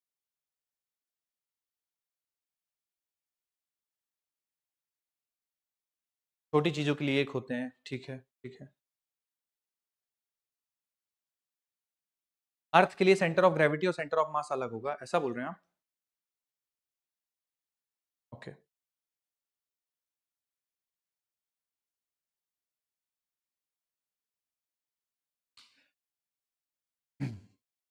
चलिए बच्चों, थोड़ा सा सेंटर ऑफ ग्रेविटी और सेंटर ऑफ मास में डिस्कशन कर देता हूँ, स्लाइड नहीं चेंज कर रहा हूँ, जो लोग लिखना चाहते हैं। ठीक है बच्चों, देखिए सेंटर ऑफ ग्रेविटी और सेंटर ऑफ मास में थोड़ा अंतर समझिए। जैसे एक बच्चे ने कहा कि सर अंतर तो होता है, बात सही है, दोनों डिफरेंट है, दोनों के लिए अलग अलग टर्म्स बनाए गए, दोनों अलग है। फिर एक बच्चे ने कहा कि सर छोटे ऑब्जेक्ट्स के लिए सेम होते हैं, बिल्कुल बात सही है, छोटे ऑब्जेक्ट्स के लिए सेम होते हैं। यानी बच्चों, अगर मैं आपसे बोलूं कि 6 मीटर की रॉड है, आप बताओ क्या सेंटर ऑफ ग्रेविटी और सेंटर ऑफ मास अलग अलग होंगे? तो सेम होंगे, ठीक है, जहां पे सेंटर ऑफ मास होगा centre of gravity.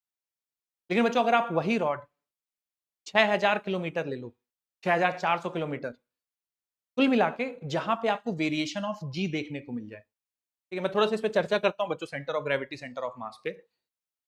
Centre of mass centre of gravity उन ऑब्जेक्ट्स के लिए कोइंसाइड करेंगे जहां पे एक्सेलेरेशन ड्यू टू ग्रेविटी में अप्रिशिएबल चेंज नहीं आ रहा, ठीक है, उनके लिए centre of mass centre of gravity बराबर होंगे। बट होता क्या है सेंटर ऑफ मास का, तो जैसे आपने, मैं लिखवा दूंगा, आप परेशान मत हो, आप समझ लो, पहले मैं लिखवा दूंगा। सेंटर ऑफ मास जैसे सर आपने बताया कि सेंटर ऑफ मास होता है कि m1 x1 plus m2 x2, और उसमें पूरे ऑब्जेक्ट का हम लोग मास कॉन्सेंट्रेटेड अज्यूम कर सकते हैं, वो सेंटर ऑफ मास, ये तो सर समझ में आ गया। पर ये सेंटर ऑफ ग्रेविटी क्या होता है सर? तो उसका भी बच्चों समझिए। सेंटर ऑफ ग्रेविटी होता है कि जैसे मान लीजिए बच्चों एक ऑब्जेक्ट है, ठीक है, ये अर्थ पे ऐसे रखा हुआ है, ठीक है।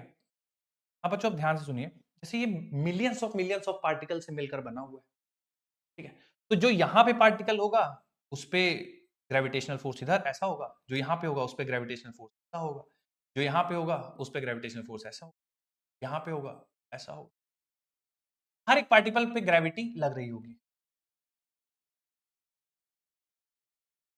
मेरी बात ध्यान से सुनते रहिए बच्चों, तो हर एक पार्टिकल पे ग्रेविटेशनल फोर्स कुछ इस तरह लग रहा होगा। तो हम सेंटर ऑफ ग्रेविटी उस पॉइंट को बोलते हैं जहां से इन सारे ग्रेविटेशनल फोर्सेस का रिजल्टेंट पास होता है, ठीक है, वो सेंटर ऑफ ग्रेविटी होता है। तो बच्चों, अगर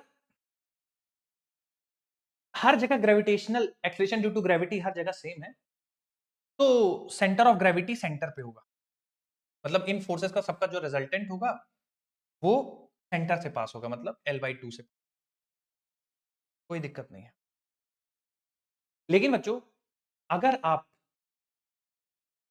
इस रॉड के लेंथ को 1000 किलोमीटर रखते, 3200 किलोमीटर, 6400 किलोमीटर, और उससे ऊपर है ना, 7000 किलोमीटर, तो फिर बच्चों क्या होगा कि यहां पे जो जी की वैल्यू होगी और रॉड के टॉप पे जो जी की वैल्यू होगी बच्चों अलग अलग होगी, मानते हो ना? अगर मैं इसको 6400 किलोमीटर रख दूं, तो आप ये बात तो मानते हो कि जो यहाँ पे जी की वैल्यू होगी, जो यहाँ पे जी की वैल्यू होगी, वो अलग अलग होगी, ठीक है ना? और यहाँ पे जो नीचे जो एक्सेलरेशन ड्यू टू ग्रेविटी होगा वो ज्यादा होगा as compare to this one, है ना? ऊपर जैसे जैसे जाते जाएंगे जी की वैल्यू कम होती जाएगी। तो जो एक्सेलरेट जो सेंटर ऑफ ग्रेविटी होगा इस केस में, वो यहां पे ना होगा, नीचे शिफ्टेड होगा, क्योंकि नीचे वाले पार्टिकल्स पे लगने वाला ग्रेविटेशनल फोर्स ज्यादा है एज कंपेयर टू ऊपर वाले। मेरी बात समझ में आई आप सभी? ठीक है, तो यहां पे सेंटर ऑफ ग्रेविटी अलग अलग हो जाएगा। क्लियर है क्या आप सभी को? लेकिन ऐसे जैसे अब मैं मान लू बच्चों तुम्हें एक स्क्वायर ले लूं, है ना? अब इस स्क्वायर की साइड में तुमको दे दूं, सारी स्क्वायर की साइड 1 मीटर है। अब मैं तुमसे बोलूं यूनिफॉर्म स्क्वायर है, साइड लेंथ 1 मीटर है, बताओ centre of mass centre of gravity तो सेम पोजीशन पे होगा, क्योंकि 1 मीटर में क्या ही चेंज होगा एक्सेलरेशन ड्यू टू ग्रेविटी का। मेरी बात समझ में आ रही है? ठीक है, तो बच्चों एक नोट बना के लिख लीजिए, हो सकता है कभी पूछ लिया जाए आपसे, लिखिए सेंटर। नहीं नहीं नहीं नहीं नहीं नहीं नहीं नहीं, नया नहीं, बस नोट बना के एक लिख लीजिए ताकि आप पढ़ें तो वो आपके एक बार देख लें, बस लिखिए centre of gravity and centre of mass center of gravity and center of mass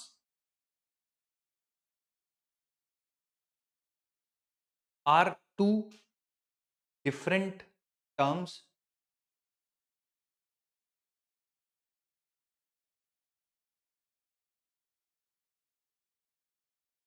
Center of gravity and center of mass are two different terms.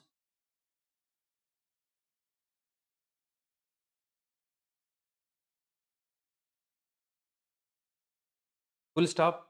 अगला पॉइंट लिखिए बच्चों.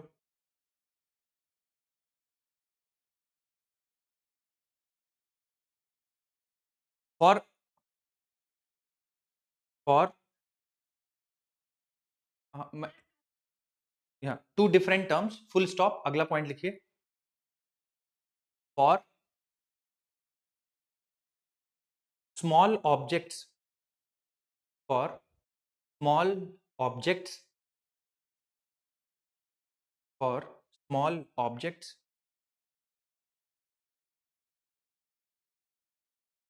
For small objects.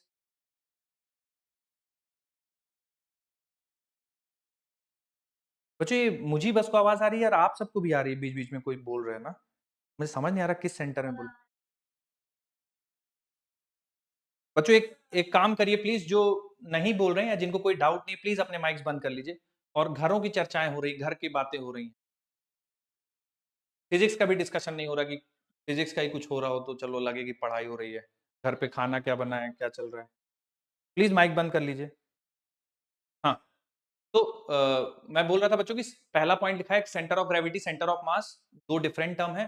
अगला पॉइंट लिखवा रहा हूं कि centre of gravity and centre of mass are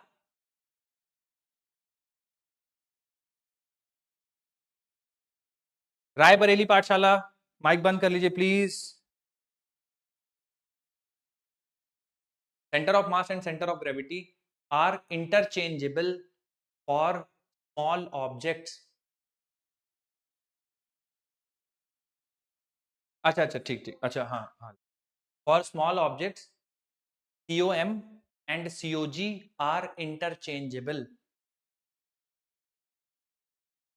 For small objects, COM and COG are interchangeable.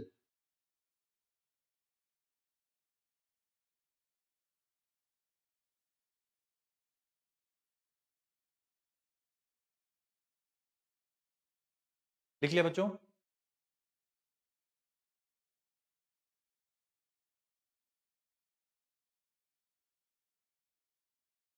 हाँ.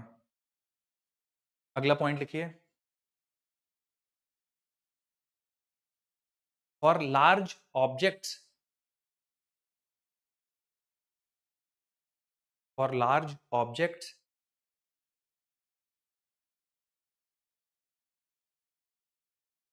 for large objects,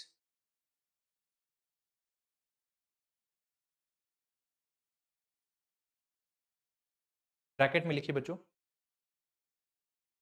due to change in. हाँ. लिखिए फॉर लार्ज ऑब्जेक्ट्स. ब्रैकेट में लिख लीजिए. For large objects. ब्रैकेट में लिख लीजिए. Due to change in जी.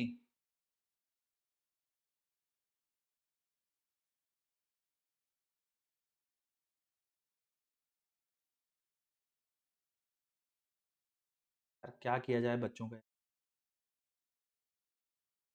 क्यों रोज तुम लोग जल्दी खत्म कर देना. पढ़ाई होगी बच्चों. सुबह से क्लास. अच्छा ठीक है ठीक है. चलिए अभी तो पढ़ लीजिए.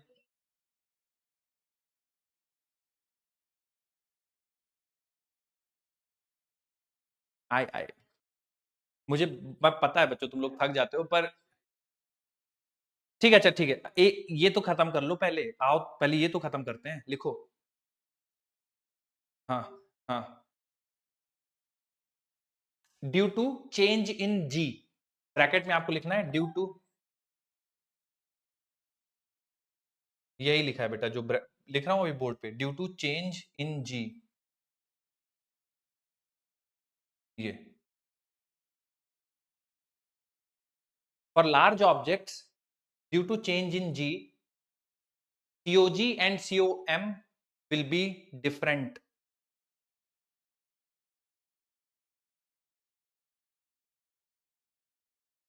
For large objects, bracket में due to change in G, COM and COG will be different.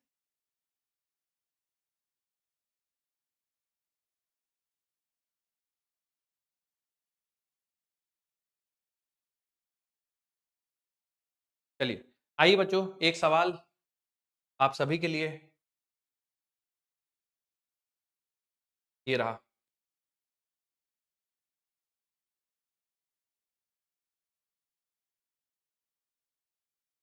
अब इसमें सेंटर ऑफ ग्रेविटी बच्चों इन्होंने टर्म यूज कर लिया, पर चूंकि रॉड स्मॉल है तो centre of mass, centre of gravity same है।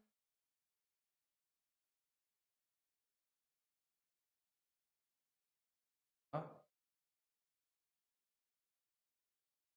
कैसे किया बेटा?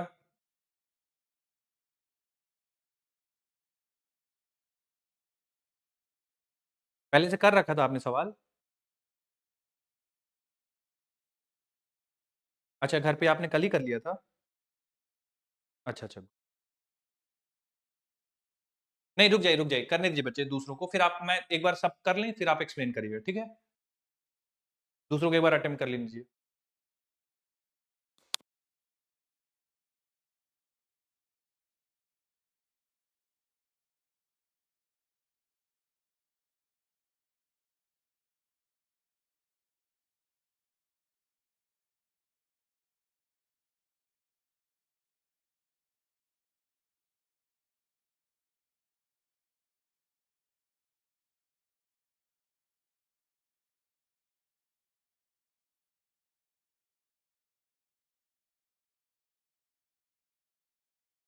हम्म।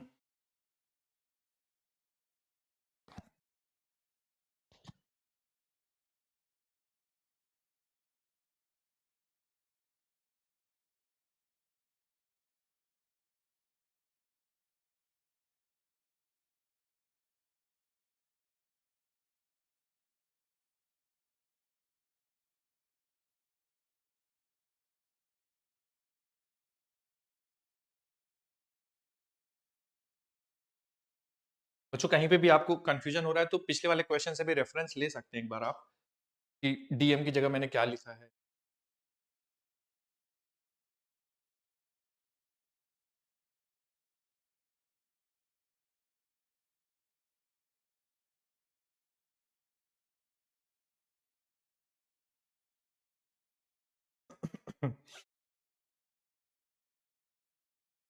आइए बच्चों, देख लीजिए थोड़ा सा। तो X centre of mass, option B ठीक है।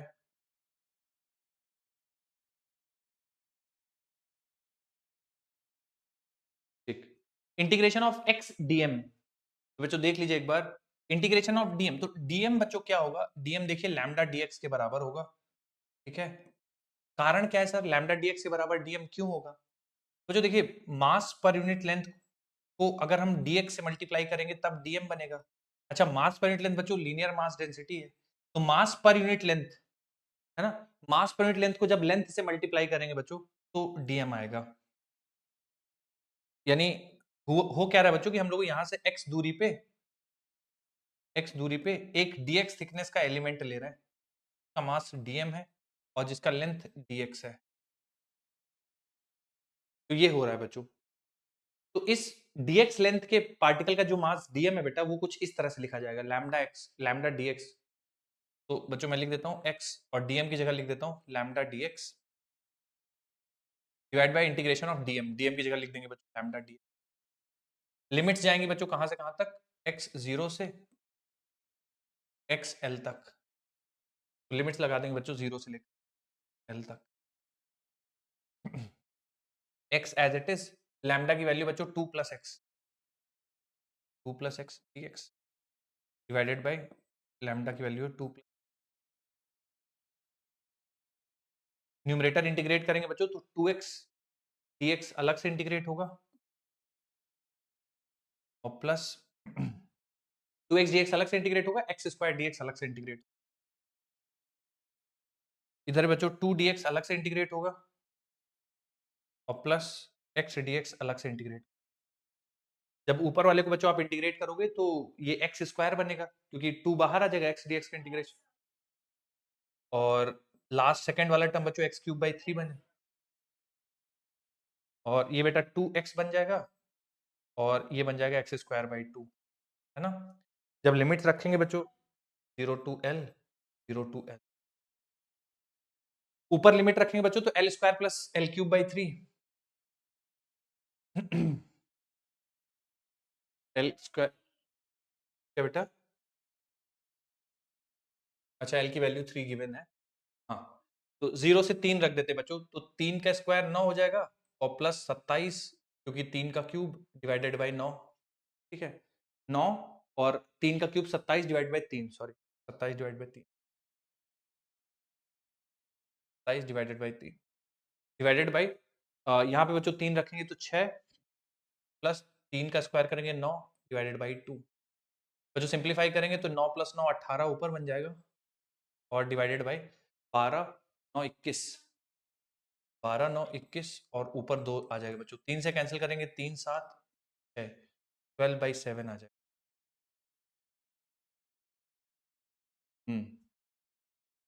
बोलिए बेटा।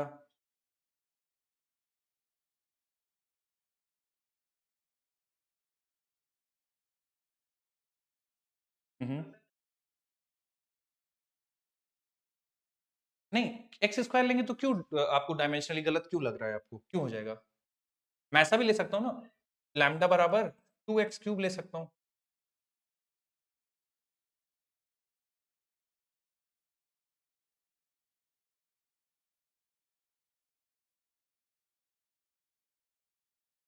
नहीं, तो आपने कुछ कैलकुलेशन मिस्टेक करी होगी, मेरी बात सुनिए, डायमेंशन का फर्क नहीं पड़ेगा, कारण देखिए बताता हूँ। मैं बोल दूंगा लैम्डा बराबर मैं 2x क्यूब ले रहा हूँ और मैं कह दूंगा कि जो कांस्टेंट है ना इसकी डायमेंशन है किलोग्राम डिवाइड बाय मीटर के पावर 4, तो जब आप मीटर क्यूब से मल्टीप्लाई करोगे ना, देखो ये फिर से किलोग्राम पर मीटर ही आ जाएगा, तो आप कुछ भी लो, अगर आपने कैलकुलेशन सही की है तो डायमेंशनली गलत नहीं होगा, मेरी बात समझ रहे हो आप। बच्चों नोट कर लीजिए जो भी नोट करना है।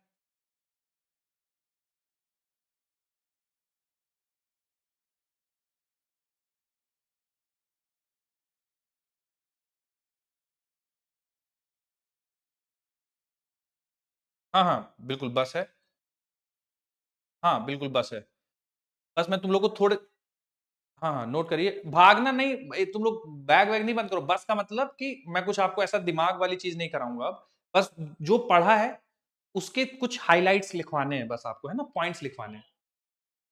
हाँ दिमाग वाली चीज कुछ नहीं करेंगे, ठीक है, कि इंटीग्रेशन हो या जिसमें थोड़ा सा मेहनत हो, कुछ नहीं, बस आराम से आप बैठो, देखते रहो सुनते रहो। क्या बेटा। हम्म, तुम लोग, बेटा देखो तुम लोग ऐसे एग्जाम की तैयारी कर रहे हो, मैं तुम लोग को बताऊं, हर कोई तुमको पर्क्स बताता होगा कि डॉक्टर बनने के क्या फायदे हैं, बट जेन्युइनली बहुत फायदे हैं यार, मतलब इंजीनियर्स का तो ग्राफ अभी मार्केट में गिर रहा है यार, है ना, आप आईटी एनआईटी कहीं से बीटेक हो, मार्केट में स्लोप ही चल रहा है भैया इंजीनियर्स का, डॉक्टर्स मेंटेन किए हुए हैं, कारण ये है, डॉक्टर्स मेंटेन्ड इसलिए हैं, उसका कारण है क्योंकि हम लोग कॉलेज जाने से पहले ठीक है खूब सारी पढ़ाई करते हैं, है ना, लेकिन कॉलेज में हम लोग पढ़ाई ज्यादा नहीं करते, बट डॉक्टर्स कॉलेज से पहले भी पढ़ते हैं, कॉलेज के टाइम पे भी पढ़ते हैं और उसके बाद भी पढ़ते रहते हैं, तो it's not an easy profession, तो मेहनत तो करनी पड़ेगी, मैं बिल्कुल मानता हूँ 6 घंटे बैठ के पढ़ने में हालत खराब हो जाती है, हम लोग भी तुम लोग के फेस से निकले तो पता है, बट क्या कर सकते हैं।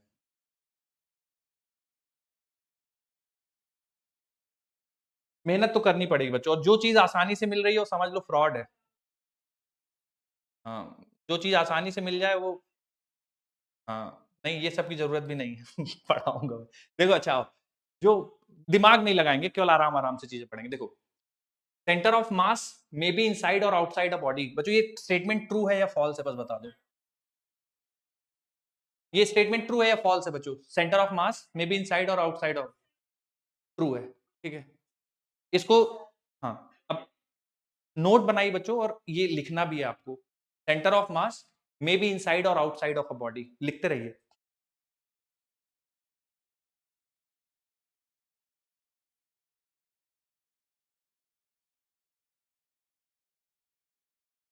लंबी रेस के लिए तुम लोग तैयार हो चुके हो बच्चों, अभी 18 साल, 17 साल, 20 साल जो भी एज है प्लस 10, ठीक है। उसके बाद फिर जो तुम लोग छापना शुरू करोगे। अगला बच्चों, position of centre of mass depends on the shape of body. सहमत है बच्चों आप इस स्टेटमेंट से? Position of centre of mass depends on the shape of the body. हाँ, ज्यादा फ्रैंक नहीं होना है, थोड़ा बहुत चलता है इसमें। देखो, जैसे शेप रिंग का है बच्चों, तो रिंग का सेंटर ऑफ मास सेंटर पे रहेगा। अगर आप इसको चेंज कर दो, मास सेम रखो और कुछ ऐसा आप बना दो, तो जिधर ज्यादा मास होगा सेंटर ऑफ मास उधर शिफ्ट हो जाएगा। तो centre of mass depends on the shape of the body. लिखिए बच्चों स्टेटमेंट।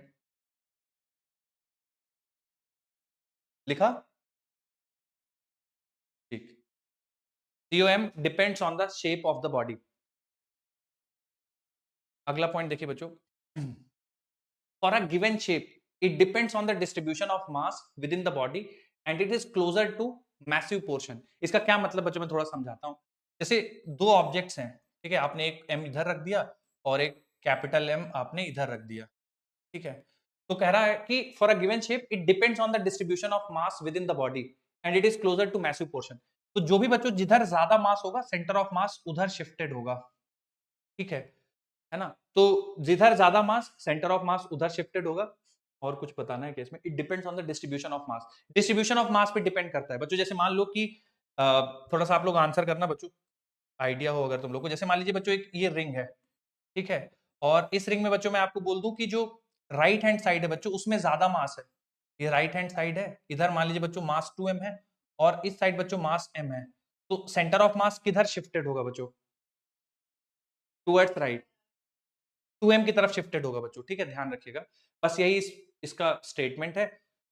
ये हम लोग ऑलरेडी शायद लिख चुके हैं, ठीक है, तो आप इसको मत लिखिए कि सेंटर ऑफ मास जो है हैवियर ऑब्जेक्ट की तरफ शिफ्टेड होगा।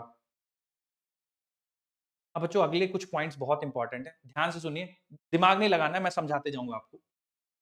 सवाल बोला गया, for symmetrical bodies having homogeneous distribution of mass it coincides with the centre of symmetry और द ज्योमेट्रिक सेंटर। कहने का क्या मतलब बच्चों, जो भी ज्योमेट्रिक सेंटर होगा वहीं पे सेंटर ऑफ मास होगा। जैसे बच्चों रिंग का एग्जांपल ले लें आप, ठीक है, तो रिंग, अब हाँ इसमें कंडीशन है कि मास यूनिफॉर्मली डिस्ट्रीब्यूटेड होना चाहिए। तो पूरा अगर यूनिफॉर्म रिंग है बच्चों तो उसका सेंटर ऑफ मास सेंटर पे होगा। अगर आप डिस्क ले लें, ठीक है, तो डिस्क का भी बच्चों सेंटर ऑफ मास सेंटर पे होगा। स्फीयर लेंगे, उसका भी सेंटर ऑफ मास जो उसका ज्योमेट्रिकल सेंटर होगा वहीं पे होगा। होमोजेनस आप ऐसा इक्विलैटरल ट्रायंगल ले ले, तो जहां पे उसका सेंटर होगा वहीं पे सेंटर ऑफ मास होगा। कहने का मतलब बच्चों, सेंटर ऑफ मास और सेंटर ऑफ सिमेट्री दोनों एक पॉइंट होगा अगर मास यूनिफॉर्मली डिस्ट्रीब्यूटेड है तो। जैसे रिंग का सेंटर हो गया, डिस्क का सेंटर हो गया। तो बच्चों ये पॉइंट थोड़ा सा लिख लीजिए आप, फिर उसके बाद अगला पॉइंट एक्सप्लेन करूंगा। ये वाला पॉइंट आपको लिखना है, और कुछ इसमें पूछना चाहें कि सर ये कैसे है तो आप बिल्कुल पूछ सकते हैं। For symmetrical bodies having homogeneous distribution of mass, it coincides with center of symmetry or geometrical center.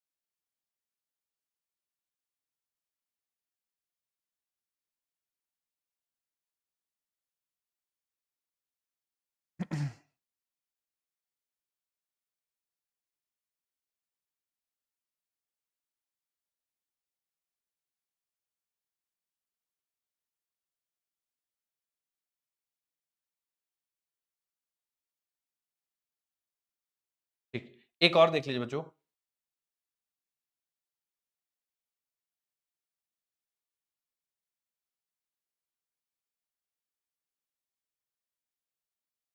बोलिए बेटा। हाँ मैं फिर से बताता हूँ। देखिए अगर मास यूनिफॉर्मली डिस्ट्रीब्यूटेड है तो जो भी सिमेट्रिकल ऑब्जेक्ट्स होंगे, जैसे रिंग हो गया, डिस्क हो गया, स्फीयर हो गया, हॉलो स्फीयर हो गया, सिलेंडर हो गया, है ना, तो उनका सेंटर ऑफ मास उनके ज्योमेट्रिकल सेंटर पे होगा। जैसे रिंग का ज्योमेट्रिकल सेंटर क्या होता है, उसका सेंटर तो सेंटर ऑफ मास भी यही होगा। डिस्क का ज्योमेट्रिकल सेंटर क्या होता है, उसका सेंटर तो सेंटर ऑफ मास। स्फीयर का ज्योमेट्रिकल सेंटर, स्फीयर का सेंटर तो उसका सेंटर ऑफ मास भी वही होगा। तो सिमेट्रिकल ऑब्जेक्ट्स के लिए ये ट्रू है, प्रोवाइडेड मास यूनिफॉर्मली डिस्ट्रीब्यूटेड हो। अब इसी डिस्क का सेंटर ऑफ मास यहाँ पे होगा, लेकिन अगर आप ऐसा कह दो नहीं, आधी डिस्क का मास 2m है और आधी डिस्क का मास m है, तो फिर ये सेंटर पे नहीं होगा, फिर ये शिफ्टेड होगा, ठीक है। लेकिन अगर मास यूनिफॉर्मली डिस्ट्रीब्यूटेड है तो फिर जो ज्योमेट्रिकल सेंटर होगा वहीं पे सेंटर ऑफ मास होगा, ठीक है। यही मीनिंग है इसका। अगला स्टेटमेंट बच्चों पढ़ते हैं, थोड़ा ध्यान से सुनिए। If we know the center of parts of the center of mass of the part of the system, their masses, we can get the combined center of mass by treating the parts as particle placed at their respective center of masses. इसका क्या मतलब बच्चों, मैं समझाता हूँ, ध्यान से देखिए। बच्चों मान लीजिए पार्टिकल्स नहीं है आपके पास, दो कंटिन्यूअस मासेस है। जैसे बच्चों ये रॉड 1 है और ये रॉड 2 है। आपसे पूछ दिया गया कि इस सिस्टम का सेंटर ऑफ मास बता दो। अब ये दोनों पार्टिकल तो है नहीं, रॉड कंटिन्यूअस मास है, ये वाली रॉड भी कंटिन्यूअस मास है। तो कह रहा है आप इसका सेंटर ऑफ मास फाइंड कर सकते हैं। कैसे फाइंड कर सकते हैं? आप ऐसा मान लीजिए कि यहां पे इसके सेंटर ऑफ मास में पहला पार्टिकल रखा हुआ है और इसके सेंटर ऑफ मास में दूसरा पार्टिकल रखा हुआ है। तो ये प्रॉब्लम बस ऐसा हो गया कि एक पार्टिकल यहां पे रखा हुआ है और एक पार्टिकल यहां पे रखा हुआ है। तो जो बात समझ गए आप क्या कहना चाह रहे हैं? तो अगर, हाँ मैं फिर से बता दूं, देखिए अगर कंटिन्यूअस पार्टिकल है, मान लो एक रॉड ये है, एक रॉड ये है, ठीक है, और आपसे पूछा जाए कि बताओ इस पूरी चीज का सेंटर ऑफ मास कहां होगा, तो ये प्रॉब्लम ऐसा ही है एज इफ दो पार्टिकल्स रखे गए हैं इस रॉड के सेंटर, मतलब इस रॉड को आप उसके सेंटर ऑफ मास से रिप्लेस कर सकते हैं, इस रॉड को भी उसके सेंटर ऑफ मास से रिप्लेस कर सकते हैं। तो अब इसका जो सेंटर ऑफ मास होगा वही इस पूरे सिस्टम का सेंटर ऑफ मास होगा। अभी क्लियर हुआ? ठीक है। तो इसमें बच्चों आप ये पूरी लाइन मत लिखिए, कि मैं इसको थोड़ा सिंप्लीफाइड वर्ड्स में लिखवा देता हूं। लिखिए वी कैन, अच्छा लिख लिया क्या, पूरा पॉइंट लिख लिया? जो लोग अच्छा लिख लिया क्या? मैं बोल देता हूं, जो लोग नहीं लिखे हैं लिख लीजिए, मैं बोल देता हूं एक लाइन में। To find COM, to find COM of combination, to find COM of combination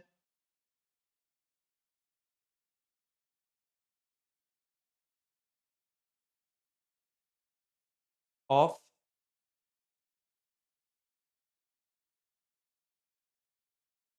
continuous masses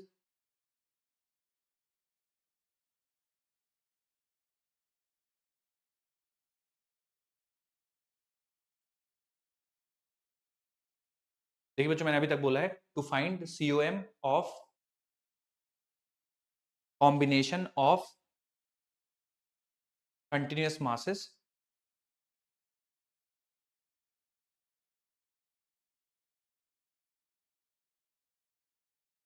we can replace them, we can replace them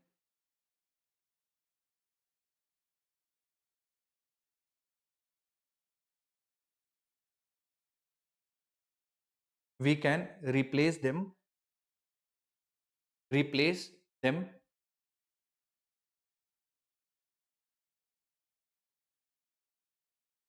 replace them replace them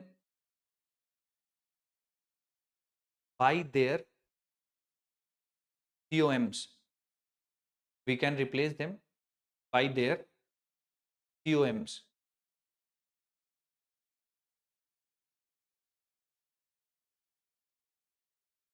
तो अगर बच्चों आपके पास कंटिन्यूअस मासेस हैं तो आप उन मासेस को हटा के केवल उनके सेंटर ऑफ मासेस लिख दो, फिर डिस्क्रीट सिस्टम का जैसे फाइंड करते हैं वैसे फाइंड कर लो।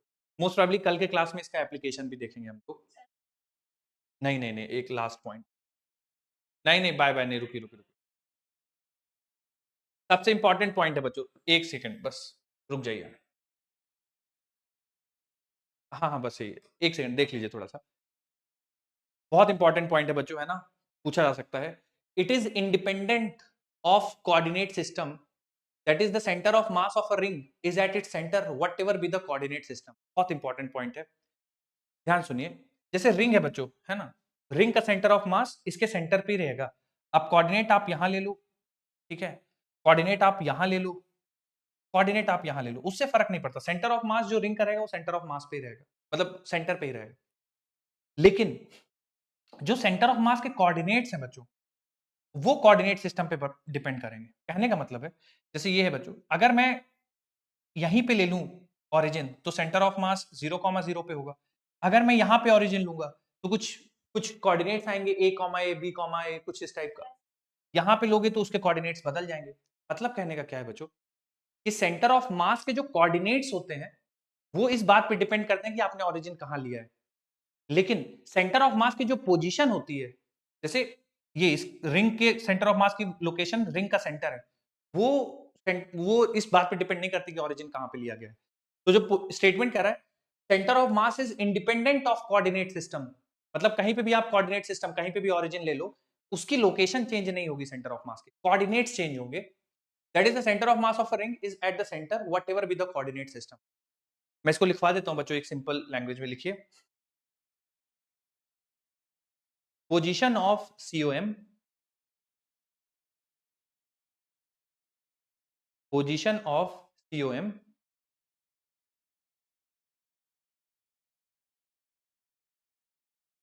position of COM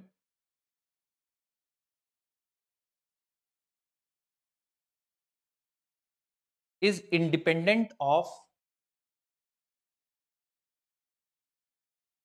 position of COM is independent of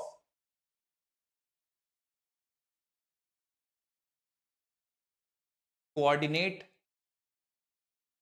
system. Position of COM is independent of coordinate system.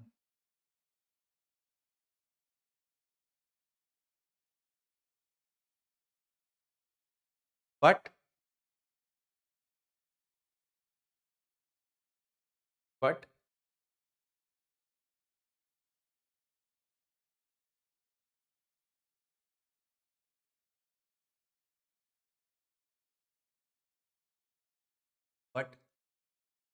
its coordinate depends.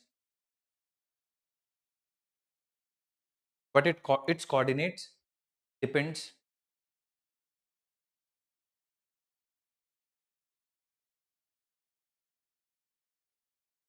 on coordinate system.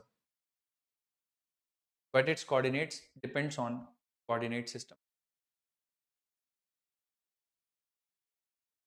चलो एक पॉइंट और रह गया, लेकिन अब कल ही लिखाएंगे तुम लोग को। लिख सकते हो क्या एक लाइन?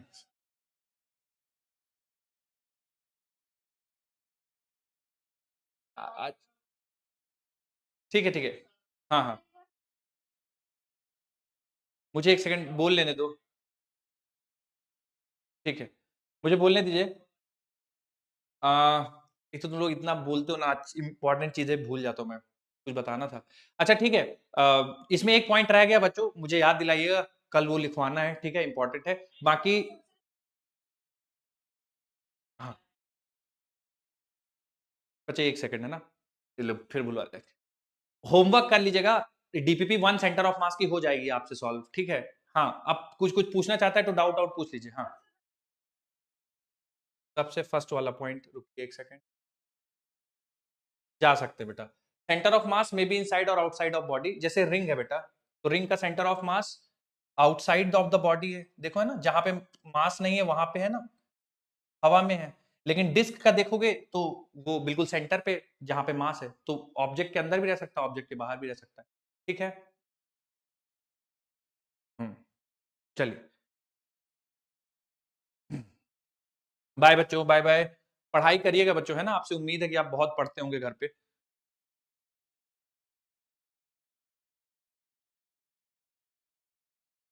यूट्यूब बच्चे, thank you so much, bye bye. Bye bye.